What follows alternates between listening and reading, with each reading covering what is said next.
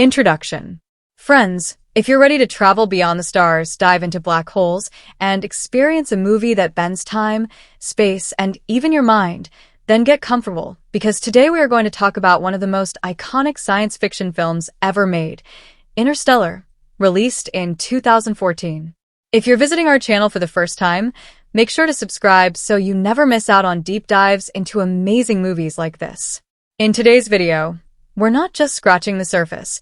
We're going on a full cosmic journey through everything this movie offers. We'll begin by introducing what Interstellar is all about, a story that takes you across galaxies in search of hope, survival, and something far deeper than just science. But that's just the start. You'll also find out exactly where you can watch this movie. Whether you're hunting for it on a streaming service or waiting for a rerun on a satellite channel, we've got all the up-to-date info about its availability on OTT platforms and TV broadcasts, so you know the best way to experience it in full quality. Now, let's talk about the craft behind this cinematic masterpiece. We'll dive into the technical department and explore how the filmmakers brought such an ambitious vision to life. From the pre-production planning and scientific consultations to the breathtaking cinematography by Hoyt van Hoytema and the groundbreaking visual effects, every single element of this film was carefully designed to be as realistic and immersive as possible. Then we'll move into the filming process itself, shot on real locations and IMAX cameras to give viewers the most authentic feeling of space travel ever seen on screen. Post-production work added another layer of brilliance, with editing, sound mixing, and of course, that unforgettable score. Speaking of music, we'll talk about Hans Zimmer's hauntingly beautiful soundtrack, which uses organs, silence, and suspense to pull on your emotions in ways you might not expect. The music isn't just background noise in Interstellar. It becomes a character of its own, elevating scenes and delivering emotional punches without a single word. We'll also break down the film's budget and box office collection. You'll get to know how much was spent to bring this intergalactic adventure to life, how it performed financially across the globe, and how audience reactions helped turn this film into a long-term success story, even beyond its theatrical release. And then comes the story, one of the most compelling parts of the video. Without giving away too many spoilers, we'll give you a short review of the film's plot, characters, and major emotional beats. We'll talk about the journey of Cooper, the struggles of Brand, the mystery of the fifth dimension, and how Interstellar manages to blend deep human emotion with scientific ambition. We're also going to take a closer look at the performances. We'll go through the main cast, Matthew McConaughey and Hathaway, Jessica Chastain, Michael Caine, and explain how each actor brought incredible depth and emotion to their roles. You'll learn who played who, what made their performances memorable, and how each character contributed to the overall impact of the film. And of course, we'll share some really interesting facts, behind-the-scenes details, real science that inspired the plot, and moments you might have missed that actually hold deeper meaning. Whether you're a first-time viewer or someone who's watched it more than once, there's something here for everyone. So, friends, I invite you to watch this video till the very end. We're covering everything you need to know about Interstellar: the visuals, the sounds, the story, the science, the performances, and the emotional power that keeps people coming back to it years after release. So, let's begin this journey through space and time and explore what makes Interstellar a truly unforgettable film experience. The plot of Interstellar doesn't just tell a story. It constructs a cosmic symphony of science, emotion, and the vast unknowability of time. It begins in a future that feels eerily grounded. Earth is dying, not from explosions or aliens, but from something far quieter and more terrifying: nature's slow collapse. Dust storms sweep across the land, crops are failing one by one, and human ambition has shriveled into mere survival. Cooper, a former NASA pilot, now works as a farmer, grounded both literally and emotionally. He's raising his children, Murph and Tom, on a planet where hope is running thin and science is viewed as a relic of the past. But then something strange happens. Murph insists her room is haunted. Books fall off shelves, dust settles in strange patterns, oddities that seem random until they form a binary code. That code leads Cooper to a secret NASA facility, hidden in the Dust Bowl. There he meets Professor Brand, who reveals a staggering truth. NASA has discovered a wormhole near Saturn that opens to another galaxy. On the other side might be habitable planets, places where humanity could start over. Two plans exist. One to transport the population, the other to restart civilization with frozen embryos. Cooper is asked to pilot the mission, despite the risk and the heartbreak of leaving Muff behind. That decision fractures the emotional foundation of the film. Murph begs him to stay. He promises he'll return, but time and space doesn't play fair. Once Cooper, Brand, and the crew travel through the wormhole, they land on a water-covered planet that orbits dangerously close to a black hole. The gravitational pull distorts time so severely that a few hours there equals years on Earth. One of the film's most brutal revelations unfolds after they return to the ship. 23 years have passed. Muff, once a child, is now a grown scientist, still haunted by her father's departure. The passage of time becomes a wound, not just a plot point. It's deeply personal. Back on Earth, Murph works with Professor Brand, only to discover he never solved the equation for lifting a space station into orbit. He always believed it was unsolvable, unless they could access quantum data from inside a black hole. The hope Murph carried for decades is shattered in a single moment. This mirrors the rising tension in space, where Cooper and Brand move on to the ice-covered planet of Dr. Mann, one of the earlier explorers. Mann is desperate and deranged, having faked data to get rescued. His betrayal sets off a chain reaction of chaos. He attempts to steal a ship, fails, and dies in a violent explosion, nearly dooming the entire mission. This is where the plot begins its transformation into something less literal and more metaphysical. Cooper and the robot TARS dive into the black hole Gargantua in a final, desperate move to transmit the quantum data that Murph needs. Inside the black hole, reality is no longer reality. Cooper finds himself in the Tesseract, a physical representation of the fifth dimension where time becomes a navigable space. He sees Murph's childhood bedroom across every moment she ever lived there. He realizes it was him all along. He was the ghost, using gravity to communicate with her through time. What was once framed as supernatural becomes a loop of human connection, driven not by fantasy, but by theoretical physics and something even stronger, love. That moment is one of the boldest narrative turns in modern cinema.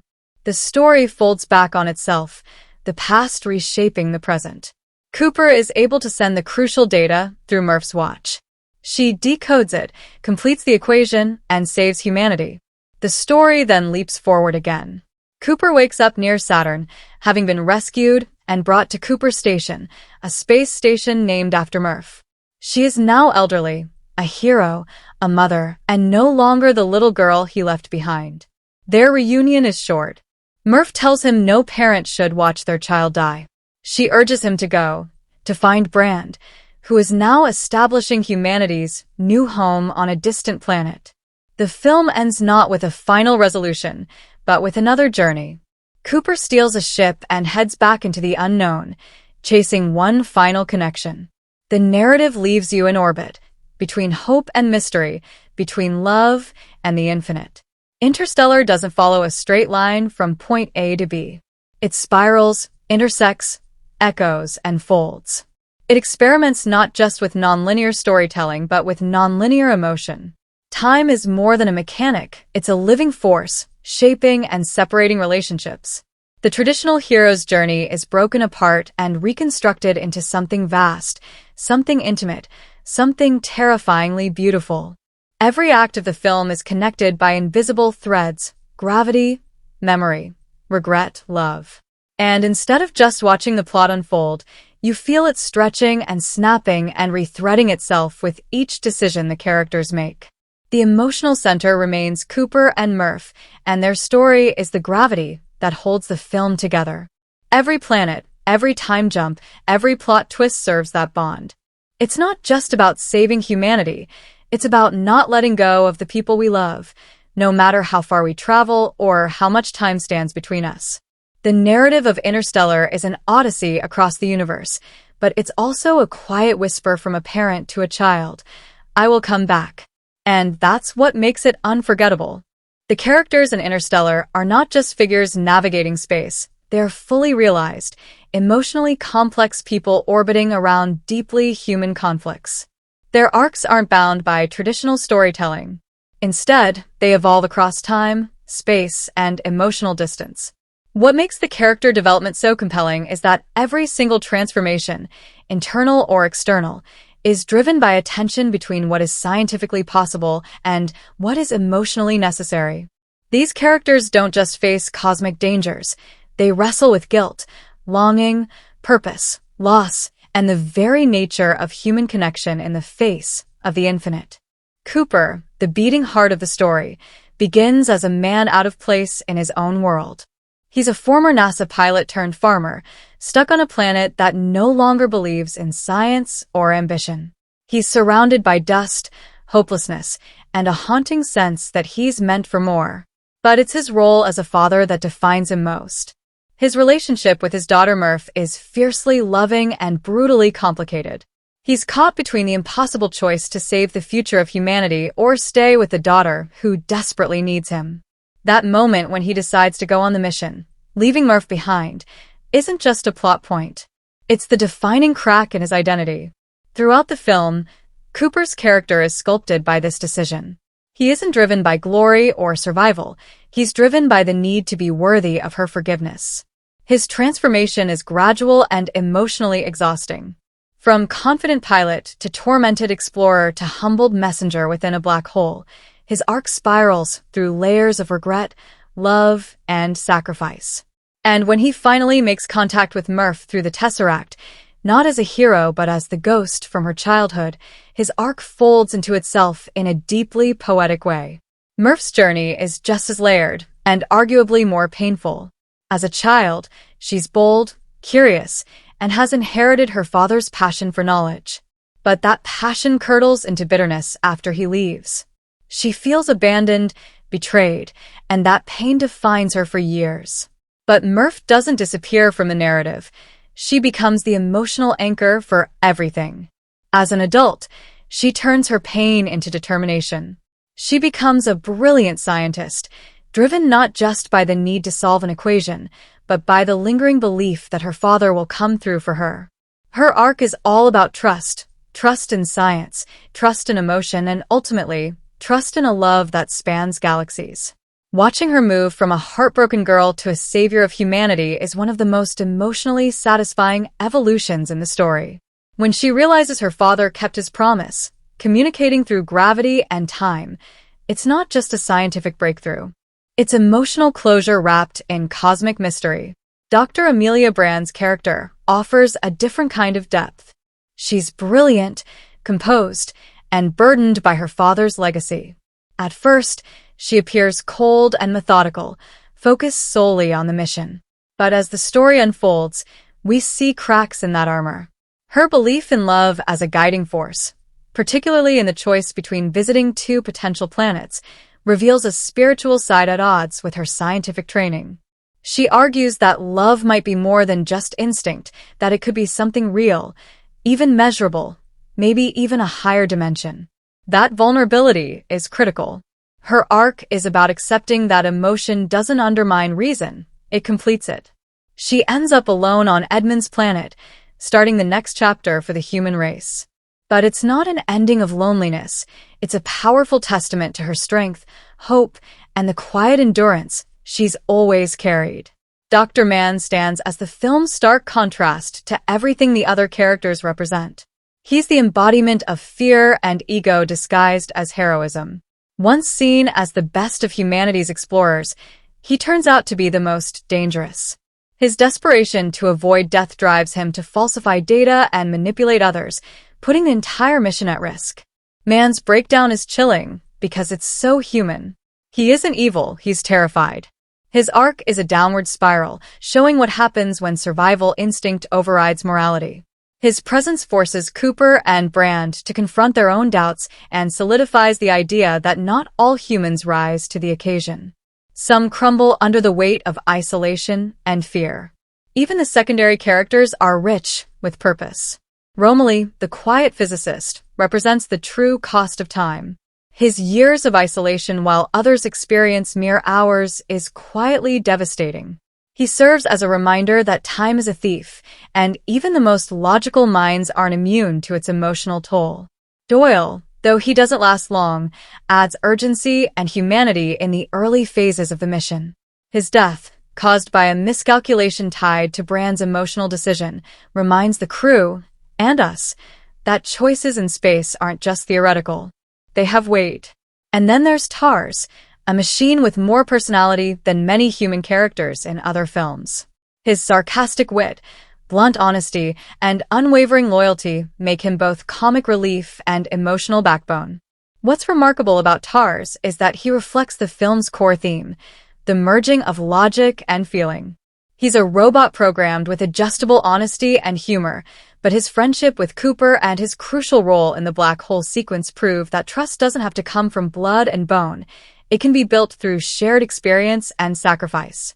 The relationships between characters form a delicate constellation of emotional tension. Cooper and Murph's bond is the gravitational center, pulling every other subplot into alignment. Brand and Cooper have a mutual respect that evolves into something deeper, not romantic in the traditional sense, but rooted in shared vulnerability.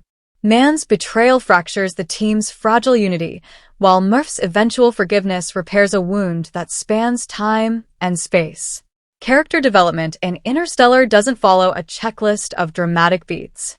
It unfolds in echoes, parallels, contradictions, and emotional collisions.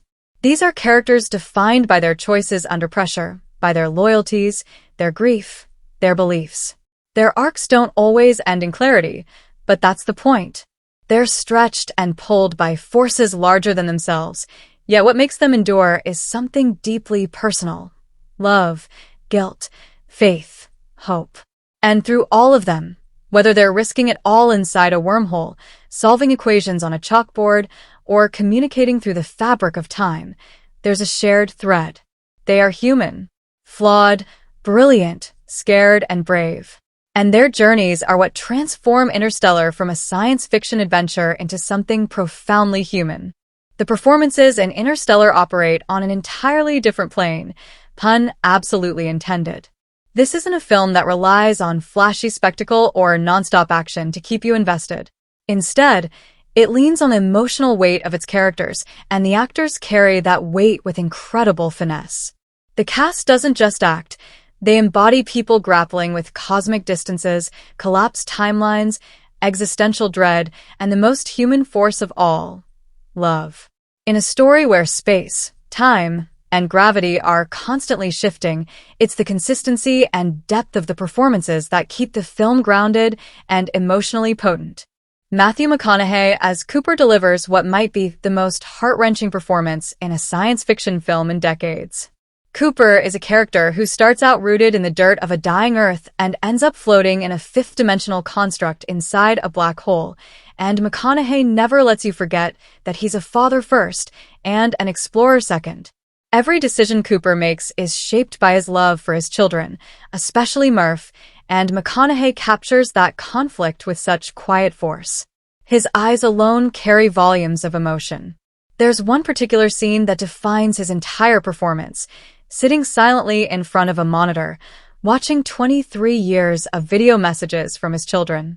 No dialogue, no theatrics, just raw, stunned grief. He doesn't need to say anything. You feel everything in the way his face breaks. That moment alone transcends acting. It feels like watching someone age and suffer in real time. But McConaughey also brings levity, charm, and a rugged practicality to Cooper. He isn't a stoic astronaut. He's clever, he's brave, and he's scared. He makes you believe in the character's intelligence and instincts just as much as his emotional vulnerability. His performance is the emotional anchor of the film. And Hathaway as Dr. Amelia Brand gives a more internal, cerebral performance, but one filled with layers. She's a scientist and a strategist, but not without heart. Early in the film, Brand comes across as precise and analytical, but as the narrative unfolds, Hathaway reveals a woman who is also driven by suppressed emotion.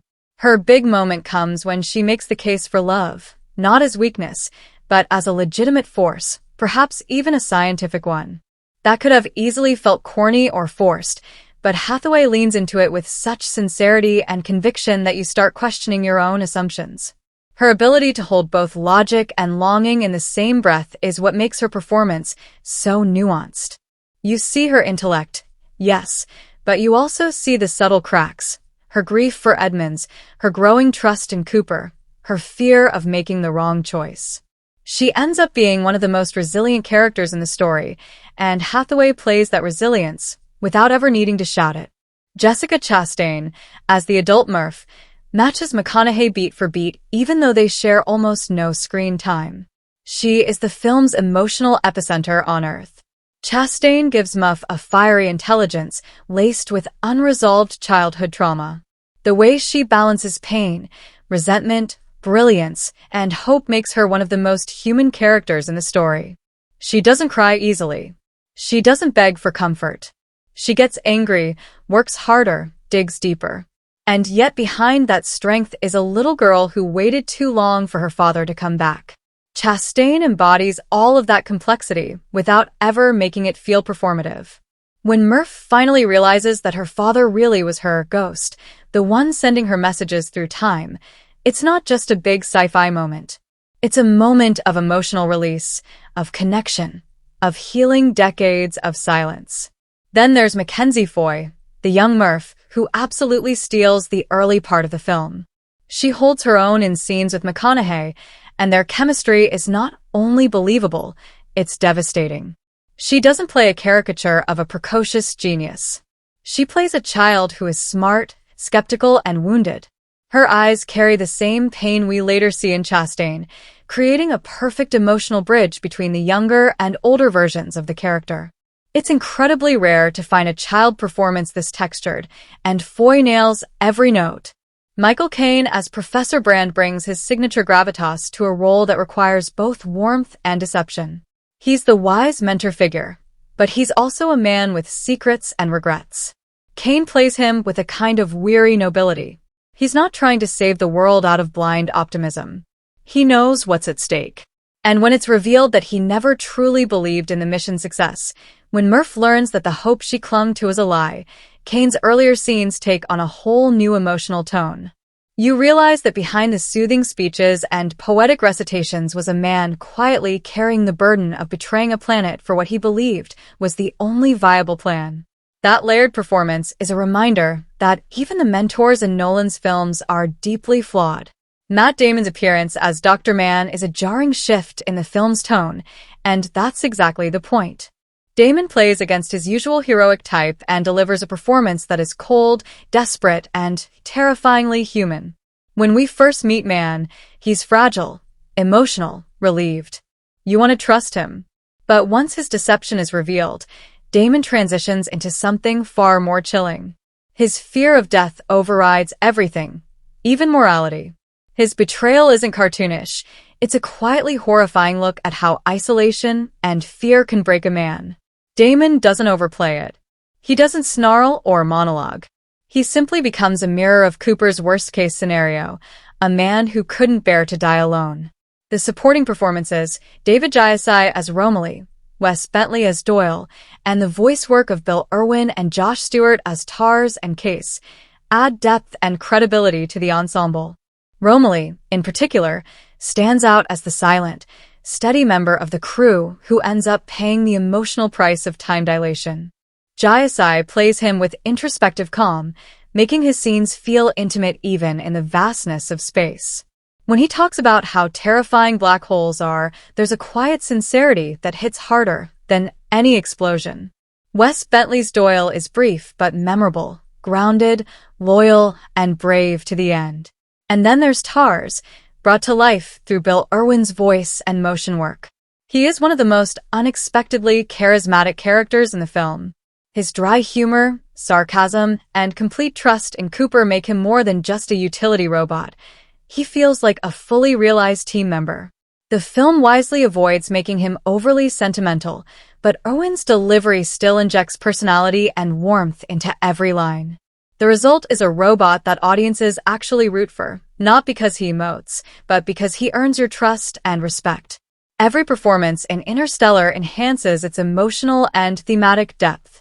These actors aren't just playing roles, they're embodying the emotional stakes of the story in ways that make you care about every second of screen time. Whether it's a glance, a monologue, or a gut-wrenching silence, the cast makes sure you feel the gravity of every moment. In a film that spans time, space, and the outer edges of theoretical physics, it's these performances that pull everything back to Earth and into your heart. Christopher Nolan's direction in Interstellar is not merely a demonstration of cinematic control. It's a massive, immersive orchestration of emotion, scale, and time. This is not a film that simply tells a story about space exploration. Nolan crafts a deeply human odyssey that just happens to be set across galaxies. He doesn't approach the film like a traditional sci-fi epic filled with lasers, aliens, or slick gadgetry. Instead, he builds a grounded, emotionally driven, idea-heavy universe and populates it with characters who feel as real as the dust on Earth and as fragile as the ticking seconds lost on distant planets. His vision is grand but intimate, precise yet emotionally turbulent, and that balance is what makes Interstellar such a singular directorial achievement. Let's start with tone. Nolan's fingerprints are all over the film's moody, introspective atmosphere. He deliberately avoids the glossy, sterile feel of futuristic sci-fi. Earth is not sleek and high-tech. It's dry, broken, and suffocating under the weight of agricultural collapse and ecological death. He lets the visual language of dying crops, abandoned schoolbooks, and crumbling homes quietly announce that humanity isn't on the brink of extinction due to some cataclysmic war or robot uprising. It's just slowly fading out. That makes it scarier.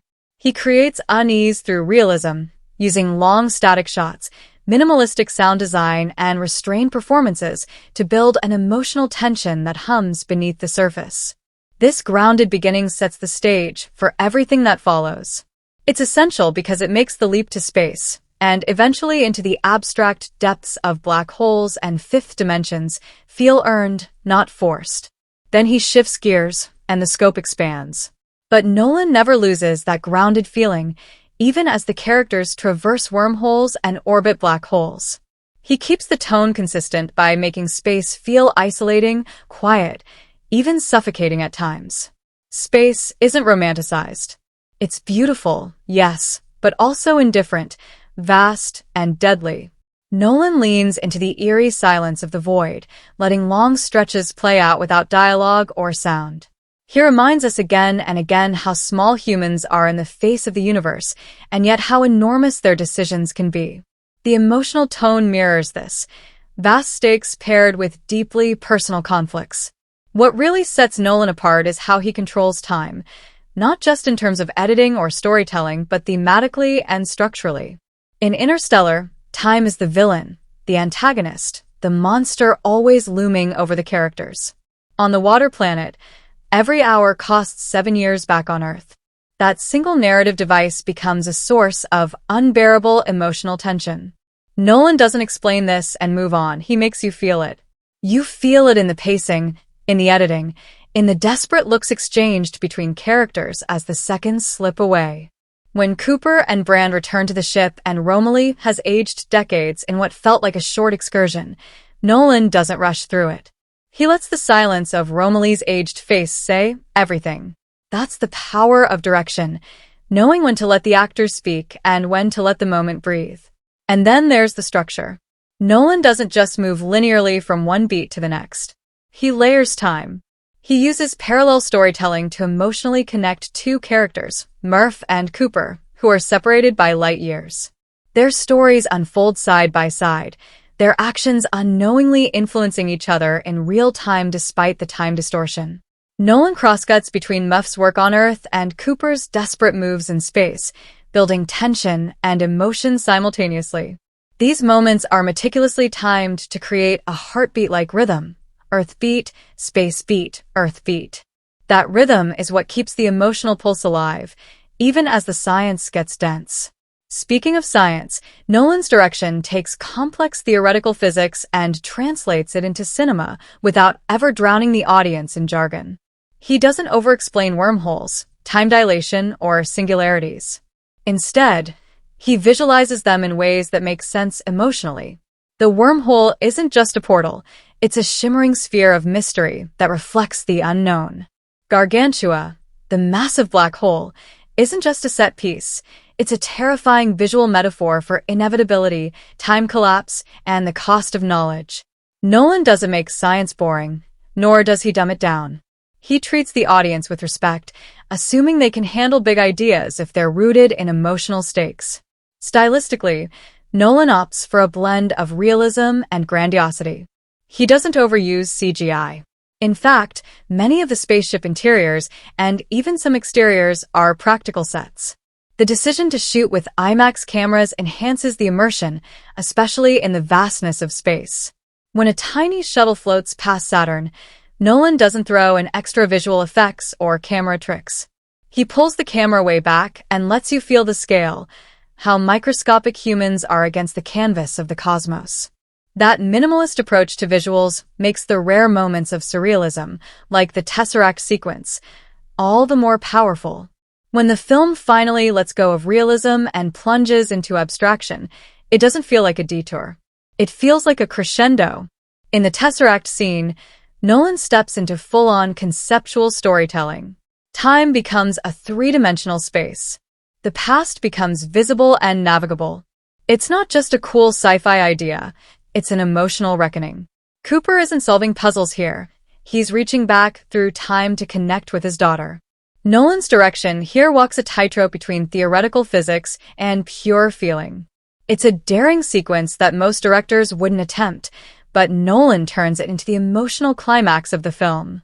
The pacing slows down, the visuals become dreamlike, and the entire universe seems to bend around one human emotion, love. Even the film's ending is crafted with restraint and intention. Nolan doesn't give a typical finale. Murph and Cooper finally reunite after decades, but the moment is brief. Murph, now elderly, tells her father to leave, to go find Brand, to keep going. Nolan resists the temptation to dwell. He understands that the real emotional arc closed when Murph received the data from the Tesseract. The reunion is just the echo. Instead of ending with resolution, Nolan ends with movement. Cooper stealing a ship and heading off into the unknown isn't a loose thread. It's a perfect continuation of the film's thesis that love, curiosity, and human connection will always push us forward. Throughout Interstellar, Nolan directs with a kind of paradoxical vision, grand in scale, microscopic in detail. He crafts a universe that feels infinite but never loses sight of individual choices and emotions. His use of practical effects, natural lighting, long takes, and non-traditional narrative structure doesn't just elevate the film visually. It makes every scene feel deliberate, considered, essential. He treats the audience like thinkers and feelers. He guides us through philosophical debates, existential dread, and emotional trauma with the same confidence he brings to zero-gravity docking scenes and galactic travel. Nolan's direction makes you believe that space travel isn't about rockets or propulsion.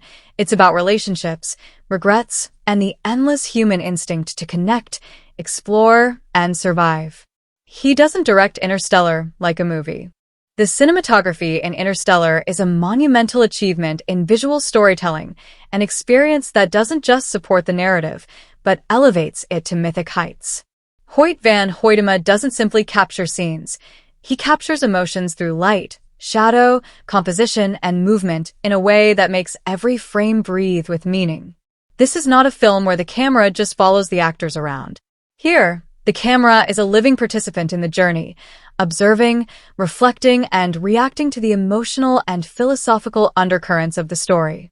It's immersive in the purest sense of the word, not because of 3D gimmicks or flashy tricks, but because the visuals are meticulously designed to make you feel like you're not just watching a story unfold, you're inside it.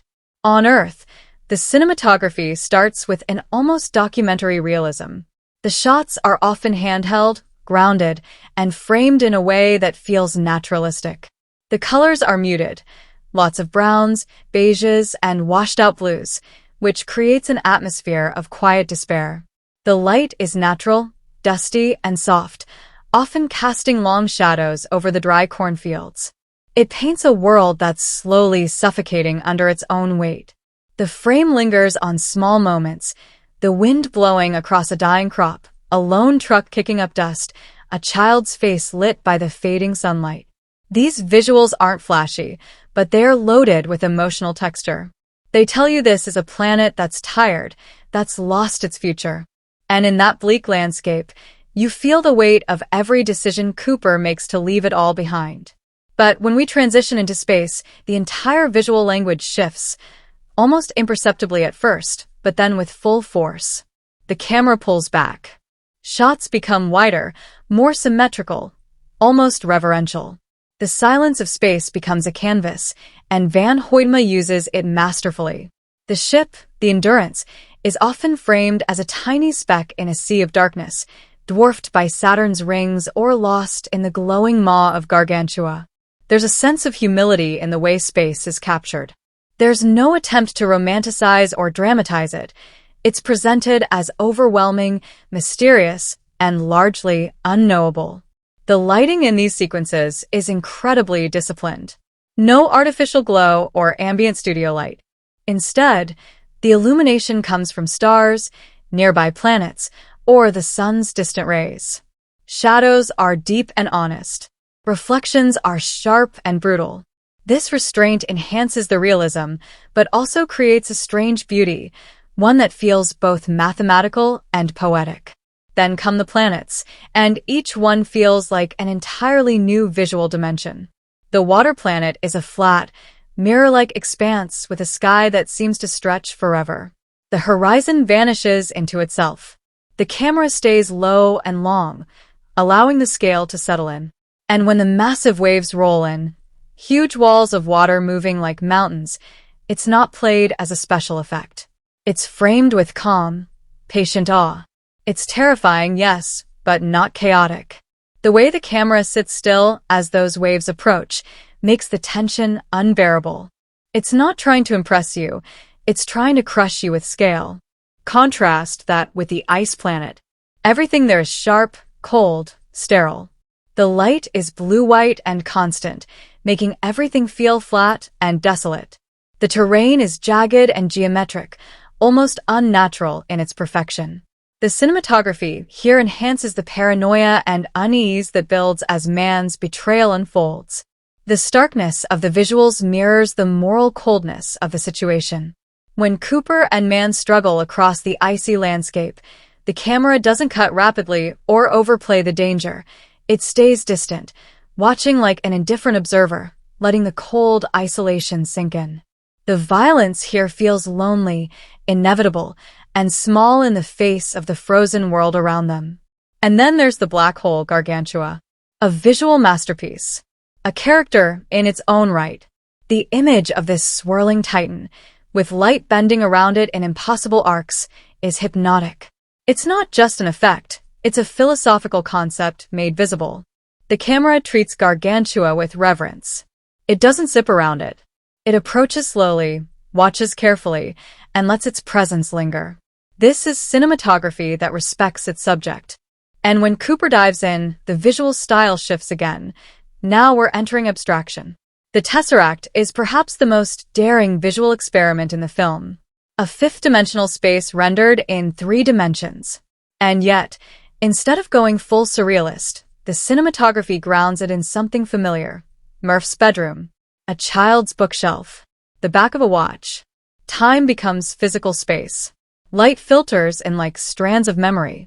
The camera glides through this structure as if exploring a memory palace. There's no sense of gravity or direction, and that's the point. Here, cinematography becomes emotional expression. You're not supposed to understand it in a traditional sense. You're supposed to feel it, how time collapses, how love echoes through dimensions.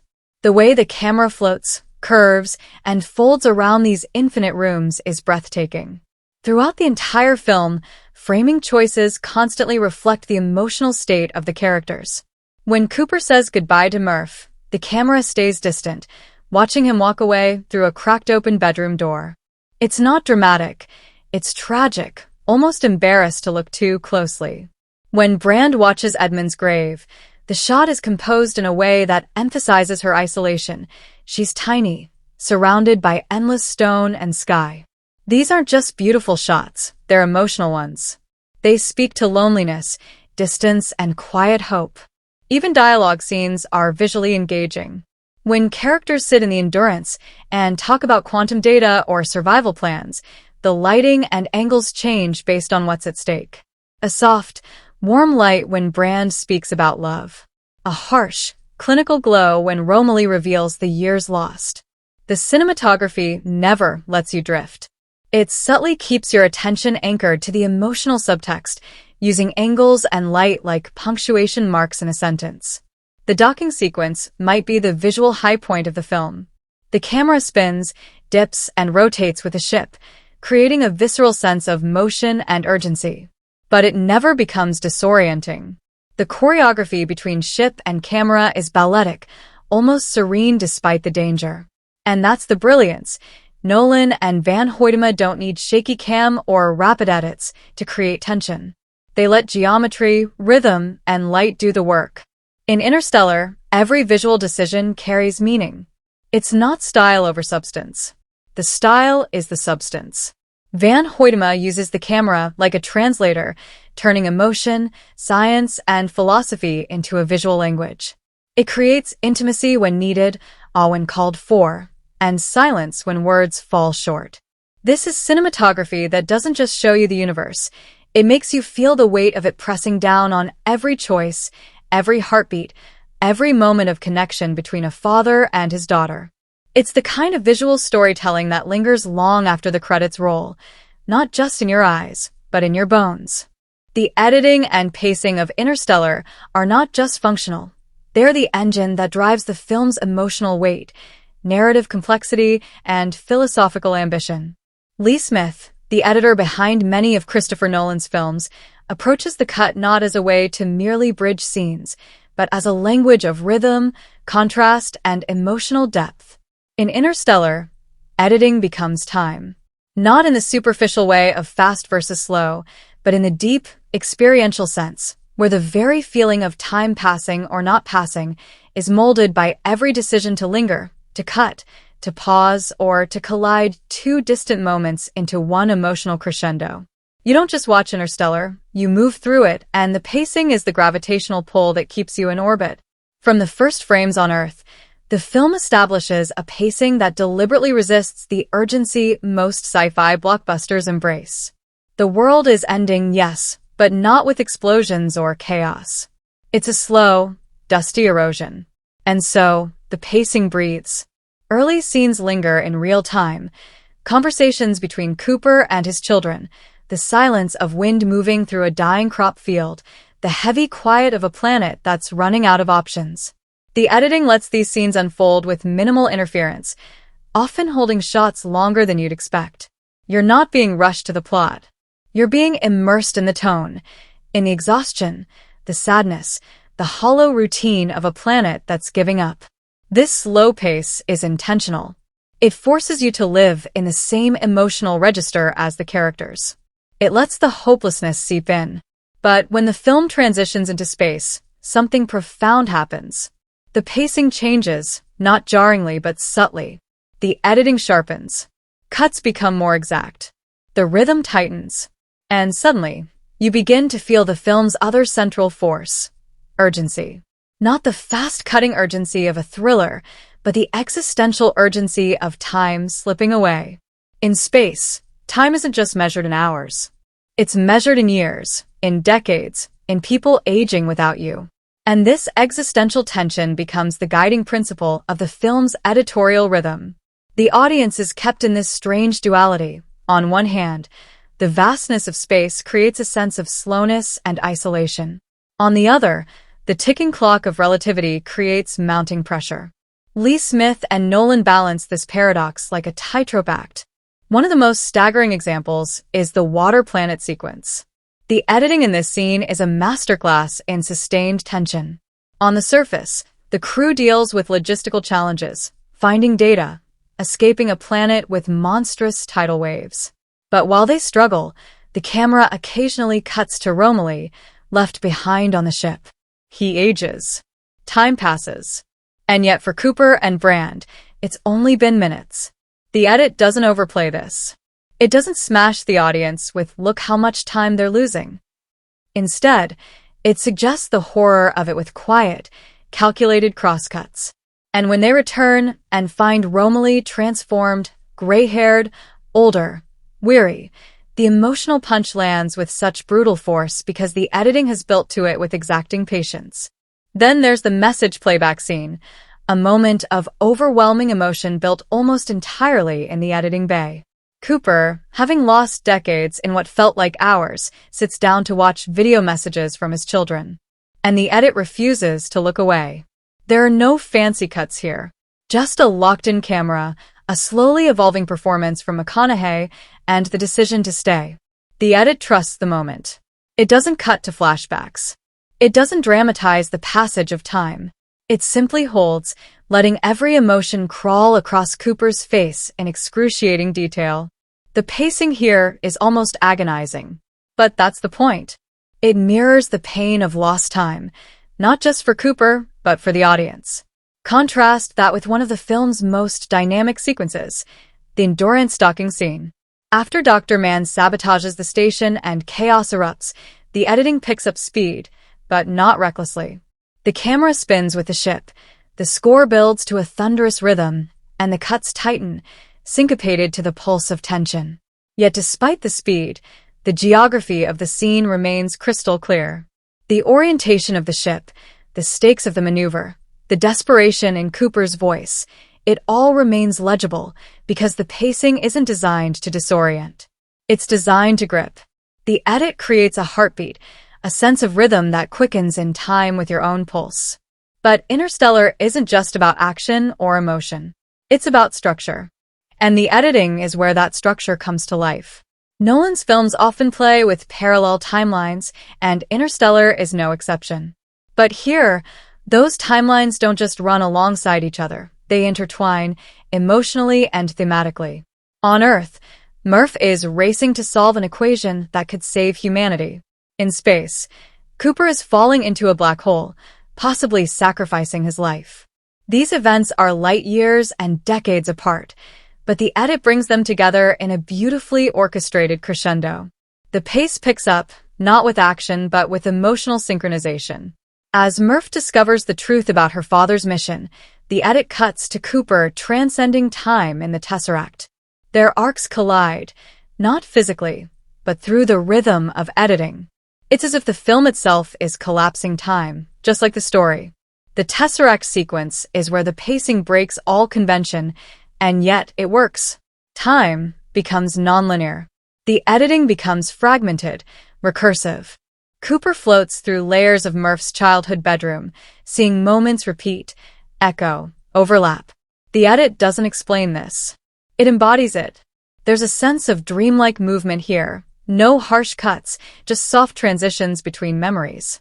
It's hypnotic, surreal, and emotionally overwhelming. The pacing slows to a crawl, but in the best possible way. Time is breaking down, and the edit brings you right into that breakdown. You're no longer following a story. You're inside a feeling. Even in its final moments, the editing resists traditional resolutions. When Cooper reunites with Murph, the scene is brief. The pacing slows not for sentiment, but for respect. There's no grand farewell, just a quiet acknowledgement and then movement. The film doesn't linger on the past. It looks forward. And the edit reflects that with a swift transition, Cooper heading back into space, the narrative moving onward like time itself. The genius of the editing in Interstellar is that it bends time not just as a plot device, but as a cinematic language. The film moves like its characters do, sometimes slowly, sometimes urgently, always with purpose. Every cut is a choice. Every moment of silence is earned. The pacing isn't about keeping the audience constantly stimulated. It's about making them feel the stretching and collapsing of time, the crushing burden of distance, and the fragile, flickering hope of connection. It is the kind of editing that disappears into the experience, so finely tuned that you don't even notice it working, yet you're utterly carried by its rhythm. It's the pulse of the film, and it never stops beating. The Interstellar soundtrack is not just a collection of background music cues.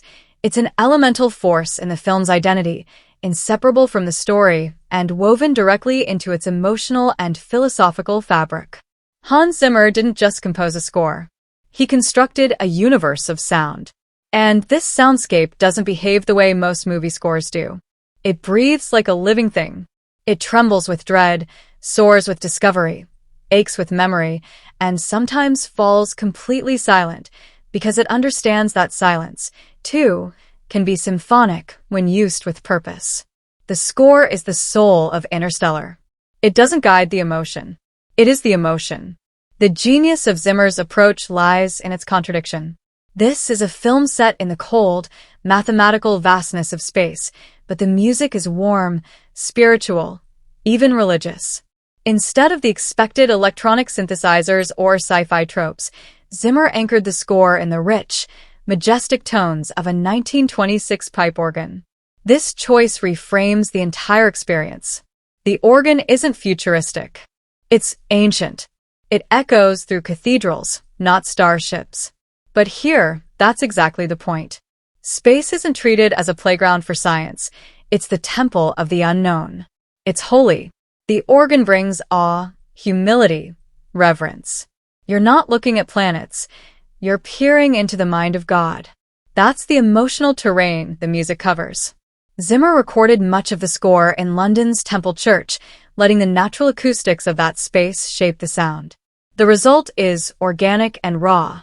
You hear the space around the music as much as the music itself. Every note lingers, reverberates, like it's lost in the infinite. The organ swells don't just shake the theater. They sound like the universe exhaling. And that texture, that echo, becomes the perfect metaphor for the story. Just like the characters' voices echo across time and space, so too does the music. The past reverberates through the present. Every melody is a ghost. One of the most powerful techniques Zimmer uses is repetition with variation. Themes are introduced simply and then transformed throughout the film to mirror the evolution of characters and events. A melody that begins as innocent and soft, like the theme tied to Muff's childhood, later returns darker, slower, richer, as Murph wrestles with the trauma of abandonment and the burden of saving humanity. The music matures with her. It doesn't tell you what to feel. It reminds you of what you've already felt, deepening your connection to the story without needing words. Take the iconic track, No Time for Caution. This is the musical engine behind the infamous docking sequence, perhaps one of the most adrenaline-pumping scenes in cinema history. The music doesn't explode into chaos. It builds with unbearable tension. The rhythm is mechanical, ticking, spiraling upward like a tightening screw. The organ blasts come in waves, echoing the rotational physics of the spinning station and Cooper's desperate attempt to reattach the Endurance. But even amid the intensity, the music never becomes noise. It's disciplined, controlled. The tempo mirrors the rotation, and just when it feels like the music and the scene might break apart, it holds. That track doesn't just support the action. It is the action. But just as critical as the noise is the use of silence. Zimmer and Nolan wield silence like a scalpel. In a film about space, silence isn't a gimmick, it's scientific truth. There's no sound in space. But instead of masking that with filler music, the score honors it. When the ships move silently past Saturn, there's no thunderous soundtrack, just stillness. When the crew walks on an alien planet and the wind isn't right, the music vanishes, making you feel the eerie otherness of it all. Silence here becomes emotional space. It gives weight to the visuals, tension to the narrative, and breath to the audience. And when the music does return after a moment of silence, it hits like gravity itself, sudden, overwhelming, impossible to ignore. Zimmer also integrates minimalism into his structure. Many cues are based on looping arpeggios or repeated chord patterns, building tension through subtle shifts rather than dramatic changes. Mountains, for example, uses a ticking metronome underneath a climbing motif. Each tick represents an actual day passing on Earth, while the crew spends minutes on the water planet. It's a ticking clock, Not metaphorically, but literally, and that sound becomes one of the most psychologically effective tools in the film. As the music swells and the characters panic, you, the viewer, hear time slipping away. Not because someone told you it was, but because the rhythm makes you feel it. Another remarkable track, Cornfield Chase, is filled with a kind of reckless optimism. It's one of the rare moments in the score that feels light, adventurous, filled with motion.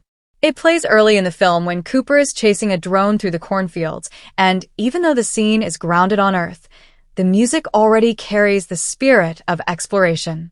There's this pulsing rhythm, a sense of acceleration that mimics flight. It's a hint of what's to come, a taste of freedom, of Cooper's buried desire to leave the dust behind and reach the stars. Later in the film, the emotional center is built around the piece Stay. It's a slow, heartbreaking theme built around a few simple piano notes and soft strings.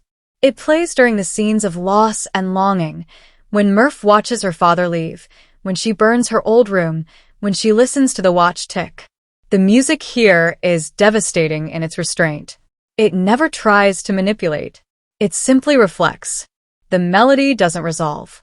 It hangs in the air, unresolved, incomplete, like a goodbye that never quite happened. And perhaps that's the secret of Zimmer's score. It doesn't try to solve anything. It doesn't wrap things up. It asks. It questions. It wonders. Just like the film itself.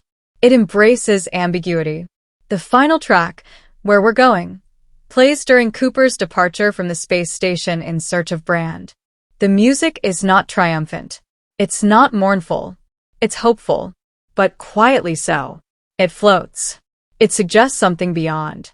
The score ends not with finality, but with curiosity. It dares you to imagine what lies ahead.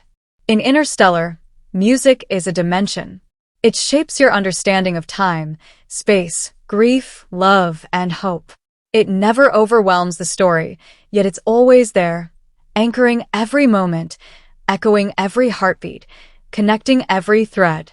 It transcends genre, defies expectation, and lodges itself deep inside you. Long after the visuals fade, long after the dialogue quiets, the music remains. Still ticking, still swelling, still searching, just like Cooper, just like us. Interstellar is a film that doesn't just want to take you to space, it wants to take you deep inside the human condition. Its themes aren't decorative, and they're not laid out like textbook chapters. They are woven into every choice a character makes, every line of dialogue, every haunting shot of Saturn's rings or cracked Earth. The film is a philosophical journey wrapped in a sci-fi spectacle, and its real mission isn't just to explore other worlds, it's to explore why we keep looking upward in the first place.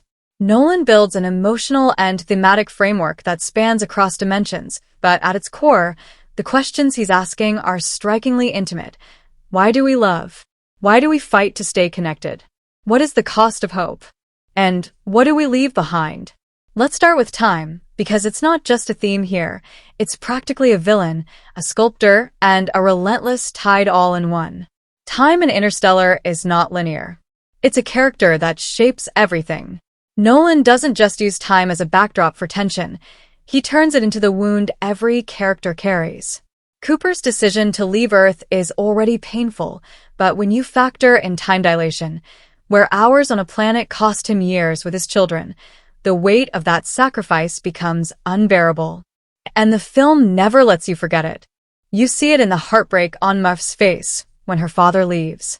You feel it in the quiet horror when Romilly has aged decades waiting for the team to return. You hear it in the ticking motif of Zimmer's score, each tick marking a day lost forever. Time isn't just passing. It's stealing. It's the thing you can't fight. And it becomes the cost of ambition, the tax on exploration, the emotional price tag of saving the species. Then there's the film's boldest and most unusual theme, love as a literal, quantifiable force. In a lesser film, this might feel saccharine or forced, but here, it's treated with reverence, as if love is a force of nature we just haven't learned to measure yet. It's Brand's belief in love that becomes her guide through the unknown. It's Murph's love for her father that keeps her pursuing his clues across decades. And it's Cooper's love that transcends dimensions, becoming the signal that solves the gravity equation from inside the Tesseract. This isn't just emotional storytelling. It's a radical redefinition of what power means in a science fiction context. The idea that love can be felt across galaxies and, more importantly, can affect reality is both poetic and deeply challenging. In a universe governed by cold, impersonal physics, Interstellar argues that emotion, particularly love, is the thread that keeps us from disappearing into that void. It's not naive. It's necessary. Closely tied to this is the theme of parenthood, especially the bond between father and daughter. At its most stripped-down level, Interstellar is a film about a parent trying to keep a promise. The relationship between Cooper and Murph drives everything. It is not sweet and tidy. It's messy, fractured, and filled with anger and longing. Murph spends most of her life believing her father abandoned her. Cooper spends his journey burdened by the choice to leave. The power of this relationship is not in its perfection, but in its persistence. And that persistence is what drives the emotional arc of the story. The idea that a connection forged in childhood, expressed through something as small and ordinary as a wristwatch, can become the key to saving humanity is both heart-wrenching and profound. Interstellar tells us that love doesn't fade with distance or time. It warps with it. It bends, stretches, and survives, even when everything else is lost.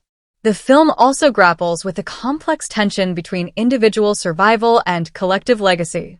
On one end of the spectrum, you have Dr. Mann, who lies, betrays, and ultimately kills in the name of self-preservation.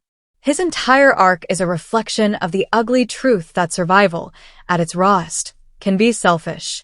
On the other end, you have Murph, who dedicates her life to solving a problem she may never benefit from. Between them is Cooper, who sacrifices his present for the chance to protect a future he may never see. The question the film keeps asking is this: what are we willing to give up for the sake of those who come after us? Is survival enough if we lose our humanity in the process? And does the will to endure mean anything if it's not rooted in empathy? Then comes one of the most sobering and timely themes: climate collapse and ecological responsibility. Earth is not destroyed by nuclear war or an alien invasion. It simply runs out. Crops fail. Dust storms bury cities. The planet becomes hostile, not through violence, but through exhaustion. The science fiction here is frighteningly grounded. Interstellar is a warning disguised as wonder. It shows a future where human neglect, arrogance, and denial have made Earth uninhabitable, and yet, even as we look to the stars for salvation, the film never lets us forget what we're running from. Nolan seems to be saying, yes, explore, dream, reach, but do not forget to protect what you already have. The cost of ignoring our planet's fragility could be everything. Faith versus logic is another powerful undercurrent. The film presents brilliant scientists who must take terrifying leaps of belief. Brand believes in love as a compass. Cooper has to trust a path he can't see. Murph has to believe a message from beyond dimensions. And while the science in the film is rigorous, it's not portrayed as infallible. Plans fail. Equations aren't enough. And so, the characters are forced to reach for something beyond numbers. Not religion, per se, but faith in the unseen. Faith in people. Faith in purpose. The blending of intellect and emotion in Interstellar creates a fascinating tension where both become essential. Neither logic alone nor love alone can solve the crisis. Only together can they chart the way forward. The film also explores isolation and connection. Each major character is isolated in their own way, physically, emotionally, or temporally. Cooper is cut off from his family. Murph is emotionally cut off from her father. Dr. Mann is literally marooned for years. The planets they visit are metaphors for that isolation. One is covered in shallow water that never reaches the knees, symbolizing emotional stagnation. Another is frozen and dead, masking deception. These settings aren't just worlds, they're emotional landscapes. And through them, Nolan explores what happens when we lose our connections, when we are alone with only our guilt, pride, or fear. The message is clear.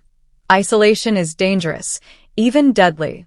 Connection, through love, through truth, is the only way forward. Ultimately, Interstellar is about what it means to be human in the face of the infinite. It's a film that insists that even in the farthest reaches of the cosmos, even when time unravels and planets collapse, our humanity, our love, our sacrifice, our stubborn belief in each other, is what matters most. It dares to suggest that science and emotion are not opposites, but partners. That equations and lullabies belong in the same story. This is why Interstellar lingers long after it ends. Not just because of the wormholes or the black hole visualizations, but because of the questions it plants in you. What would you sacrifice for your children? How do you say goodbye when time itself won't let you return? In Interstellar, visual effects aren't just tools used to create spectacle, they're a fundamental part of how the story breathes, feels, and unfolds. From the swirling depths of space to the smallest flicker of light on a watch's face, every effect has been chosen with the precision of an artist and the discipline of a physicist. What makes the film's visuals so effective is that they are not there to dazzle for the sake of dazzle. They exist to serve emotion, theme, realism, and immersion. In fact, the most powerful thing about Interstellar's VFX work is how invisible it often feels. You're not reminded that what you're seeing is artificial. You're convinced that this is what space actually looks like. Let's start with one of the most iconic visuals in modern cinema, Gargantua, the massive black hole at the center of the film's second act. This wasn't imagined as a sci-fi fantasy. It was simulated using real equations from theoretical physicist Kip Thorne. The production team used complex rendering software to create something scientifically plausible, yet visually poetic. The result is a gravitational colossus that doesn't resemble a hole at all, but a glowing, glassy orb surrounded by a radiant halo of warped light. What's truly haunting about it is that it doesn't behave the way we expect from pop culture. Light bends around it, stars distort, time slows. It feels utterly alien, yet terrifyingly real. When the Endurance drifts near it, you're not just watching a ship approach a special effect. You're witnessing human fragility brushing against the edge of cosmic annihilation. The realism of that rendering is what makes the moment so arresting. Equally breathtaking is the wormhole near Saturn. Unlike the common sci-fi portrayal of wormholes as swirling whirlpools or glowing tunnels, Interstellar presents it as a perfect sphere, a mirror-like distortion in space, reflecting and bending its surroundings in all directions. The decision to visualize the wormhole this way makes it feel both awe-inspiring and deeply unsettling. It floats like a godlike marble, reflecting starlight in a way that instantly communicates, this is not just a hole, it's a rupture in reality. When Cooper and his team pass through it, the experience is not some explosive, flashy transition. It's tactile, chaotic, personal. The folding of space is rendered as something physical and violent, like being crumpled and thrown across dimensions. That sequence alone is a masterclass in using effects to reflect experience, not just location. But what truly sets Interstellar apart is how much of the visual world is grounded in practicality. Nolan has always favored tangible, real-world visuals, and here he elevates that principle by mixing miniature models, on-location shooting, and high-resolution projection with digital enhancements. The Endurance spacecraft, for example, wasn't only created with computer graphics, it was also built as a large-scale physical model and shot with motion control cameras, just like the spacecrafts of 2001, A Space Odyssey. This gives the ship weight, texture, and authenticity. When it rotates or docks mid-spin, the physics feel right because there is real light bouncing off real surfaces, enhanced only as needed by CGI. This same hybrid technique applies to the alien worlds the crew visits. On Miller's planet, where the ocean is ankle-deep and the waves are mountains, the environment was primarily filmed in Iceland. The shallow waters and bleak black sand are real. What's added digitally are those monstrous waves. And they don't look like digital walls of water. They look like acts of God. The way the water curves at the top, the shimmering spray, the sluggish motion that reflects the planet's gravity, all of it was fine-tuned to feel as natural as the sand Cooper is standing on. The wave isn't just a threat, it's time itself bearing down on the crew. On Man's planet, The glacial cliffs and frozen wastelands were also shot on real terrain, with subtle digital tweaks to alter the atmosphere and horizon. The VFX here isn't used to create something outlandish. It's used to nudge reality just enough to make it feel otherworldly. The snow is real. The ice cracks are real.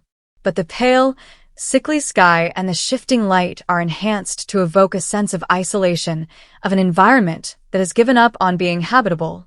When the landscape begins to crumble during man's betrayal, the CGI kicks in with sharp precision, but even then, it remains grounded in physics, giving the impression that the planet itself is protesting his selfishness. One of the most surprising effects triumphs in the film is the design and animation of TARS and Case, the block-shaped, rotating robots that accompany the astronauts. Instead of sleek humanoid androids, these machines are monolithic, folding slabs that move in geometric patterns. And yet, they're full of personality. Most of their movement was performed practically using puppeteering rigs and hydraulic props, with CGI used sparingly to enhance articulation or remove puppeteers. The effect is seamless. These robots are visually simple, yet they feel alive. When TARS runs across the ice by flipping in sections, it's a strange, mesmerizing motion that shouldn't work, but does. Not only because the animation is perfect, but because it adheres to the film's core design philosophy: realism first, then emotion. Then there's the Tesseract sequence, a bold departure from realism into abstraction. As Cooper finds himself inside a fifth-dimensional space at the end of the film, the visual language shifts. The laws of physics warp. Time becomes visible. The walls are lined with repeating versions of Murph's room, stacked infinitely across the dimensions. It's surreal, dreamlike, yet it's rooted in an emotional truth. The visual effects team didn't aim for chaos here. They aimed for clarity. This isn't some mind-melting montage. It's a spatial representation of memory, connection, and time. The gravity lines, the shifting dimensions, the translucent fabrics of reality. Everything is designed to help the audience not just understand the climax intellectually, but feel it. It's the film's most emotional visual moment, and it's achieved entirely through a blend of physical set design and precise CGI. Another standout decision was the use of projected backgrounds instead of green screens. When characters look out the windows of the ship, they're not pretending to see space. They see it because the visuals were projected onto massive LED walls. This not only improved the lighting and realism, but allowed actors to react genuinely to what was outside. This may seem like a small choice, but it adds a massive layer of authenticity. There's a reason the film feels so tactile, so textured.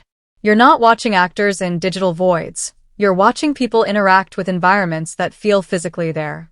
And let's not forget how all of this is wrapped in the subtle genius of subdued effects design. There are no laser battles, no glowing alien species, no gratuitous chaos. The CGI is rarely flashy.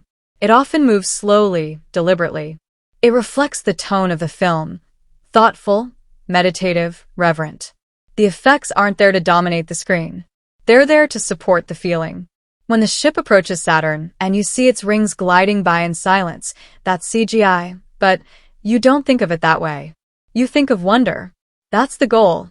Not to impress, but to immerse. The set design and locations in Interstellar aren't just crafted to be realistic. They're crafted to be remembered. Every place the characters visit or inhabit is layered with narrative intention, visual detail, and emotional subtext. This film doesn't rely on futuristic cities, blinking neon panels, or oversized control rooms to communicate that it's a science fiction epic. Instead, it roots everything in authenticity. It strips away the gloss and gives you environments that feel like they could exist right now or tomorrow. What's genius about the production design isn't just that it looks good. It's that it feels right. It communicates tone, character psychology, story themes, and dramatic stakes, all without saying a word. Let's start again with Earth, because this is where Nolan establishes the tone of a dying world. The choice to film on location in real rural landscapes, complete with open skies, cornfields, and simple wooden farmhouses, grounds the story in a familiar, almost nostalgic Americana. But that nostalgia is poisoned. Earth feels tired. Its colors are drained, its soil cracked. The film never needs to show you a global map or a news broadcast to tell you the planet is failing.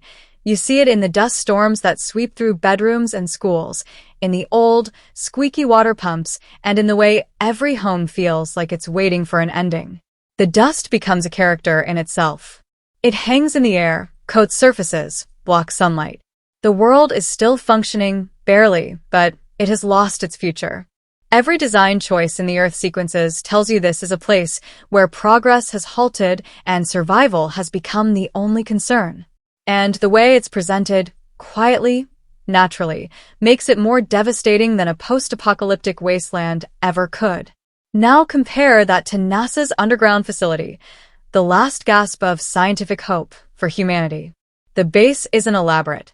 It's utilitarian, secretive, and functional. It's filled with concrete corridors, steel gantries, old pipes, and buzzing fluorescent lights. It looks like something built in the Cold War and just barely updated. But that's the point. It's a place driven by purpose, not appearance. The design reflects that this is no longer an era of space exploration driven by wonder or competition. It's driven by desperation. Even the command center isn't grand. It's cramped, quiet, and shadowed, like a bunker where the last great minds are clinging to a nearly impossible dream. There's something beautifully tragic about the simplicity of this place. It's not a monument to glory. It's a lifeboat. When we leave Earth, the shift in environment is stark and immediate, but Nolan avoids sudden jolts of color or energy. He keeps things cold, quiet, and imposing. The Endurance spacecraft, designed as a rotating ring to simulate gravity, isn't flashy. It doesn't gleam. It doesn't show off. It's designed like something people might actually build. The interior is narrow, cramped, and technical. Panels hum. Lights flicker. The crew quarters look like metal closets with sleeping bags strapped to the walls. The kitchen is a cramped alcove. When you see the crew preparing meals or sleeping, it doesn't feel romanticized. It feels functional. And that's what makes the ship's design so effective. It's not trying to impress you. It's trying to convince you that everything inside it has been built for survival, not comfort. And then come the alien worlds, each one a masterclass in location use, environmental storytelling, and minimalist design. First up is Miller's Planet, the water world. Shot on a real location in Iceland, the set is mostly a vast, eerie plain of shallow water with distant mountain-like waves silently looming.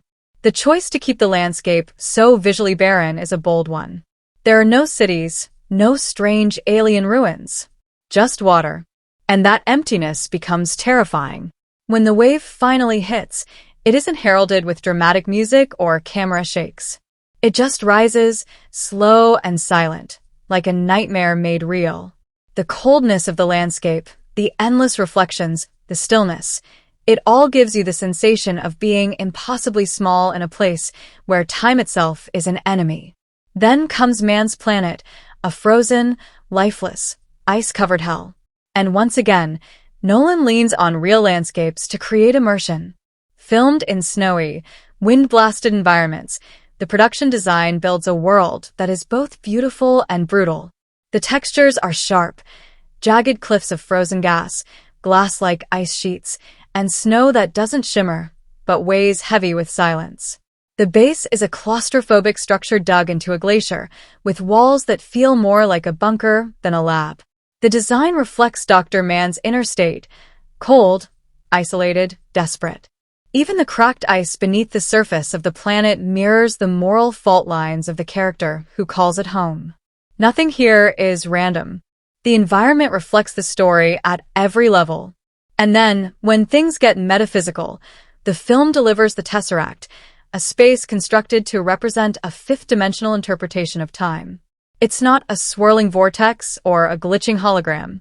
It's a real set, a maze of glassy, folding corridors, lined with countless variations of Murph's bedroom, stacked like shelves in a cosmic library. It's both overwhelming and intimate. The production team built a massive structure with moving parts, integrated lighting, and layered effects to make the space feel like something physical but ungraspable. The design is abstract but emotional. It's the idea of time as a place, something Cooper can reach through, touch, manipulate. And because it's built, not entirely CGI, it gives the sequence gravity. You believe it because the actors are in it. Even the small props throughout the film carry significance. Murph's watch, the bookshelf, the toy drone, the NASA uniforms, and even farm equipment are chosen not just for realism, but for symbolism. The watch isn't just a tool for telling time. It becomes the very bridge across time and space. The bookshelf isn't just a set piece. It's a channel for communication between worlds. These objects are chosen with care, and their placement in the scenes tells a story of their own. They're not background. They're clues.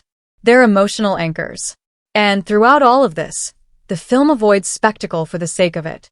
It uses natural light as often as possible, capturing golden hour glows, low horizon shadows, and cool space lighting that helps each location feel like it exists within its own atmosphere.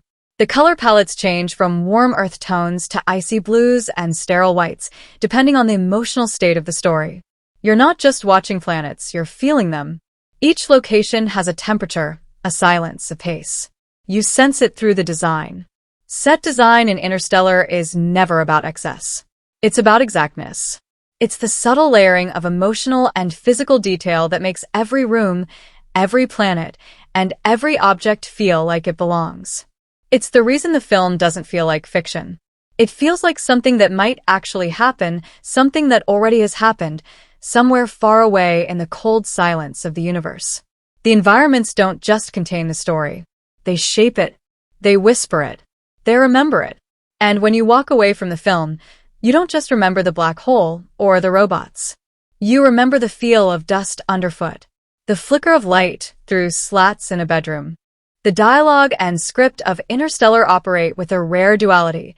They manage to sound deeply intimate and emotionally raw, while also juggling some of the most complex scientific concepts ever committed to mainstream cinema.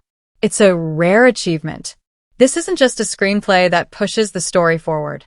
It's a screenplay that carries the weight of ideas, big, abstract, theoretical ones, and somehow anchors them with human emotion, regret, longing, and love. Every line of dialogue feels like it's been considered, tested, and placed with purpose. There's barely a wasted word, and often what's left unsaid is just as powerful as what's spoken. At the heart of it all is the relationship between Cooper and Murph. The script gives them dialogue that never feels manufactured or overly sentimental. Their bond is communicated through small details, jokes, arguments, hesitations. In one early moment, Cooper calls Murph a smart kid with the wrong parent, trying to hide his fears behind a compliment. But Murph sees through it. Their exchanges don't rely on big dramatic declarations. Instead, the emotion simmers under the surface, making the eventual outbursts and breakdowns feel earned. When Cooper tries to explain why he is to leave Earth, the scene plays out with agonizing restraint. He stumbles through justifications, trying to frame his mission as noble, while Murph's silence burns with betrayal. The dialogue in that scene isn't poetic. It's real, it's desperate, and it cuts deep. But perhaps the most astonishing feat the script pulls off is how it integrates dense scientific exposition without making it feel like a textbook. Characters explain black holes, gravity, time dilation, relativity, entropy, but they do it in ways that are rooted in urgency, emotion, or personal stakes. When Romilly delivers the unforgettable line, "Every hour we spend on that planet will be 7 years back on Earth," you don't need a physics degree to feel the gravity of the situation. The script isn't just telling you what time dilation is, it's showing you how it affects lives. That's the brilliance of the writing. It turns complex ideas into emotional realities. And it's not just about science, it's about philosophy, too. Interstellar is a film constantly asking questions about who we are, why we survive, and what we leave behind.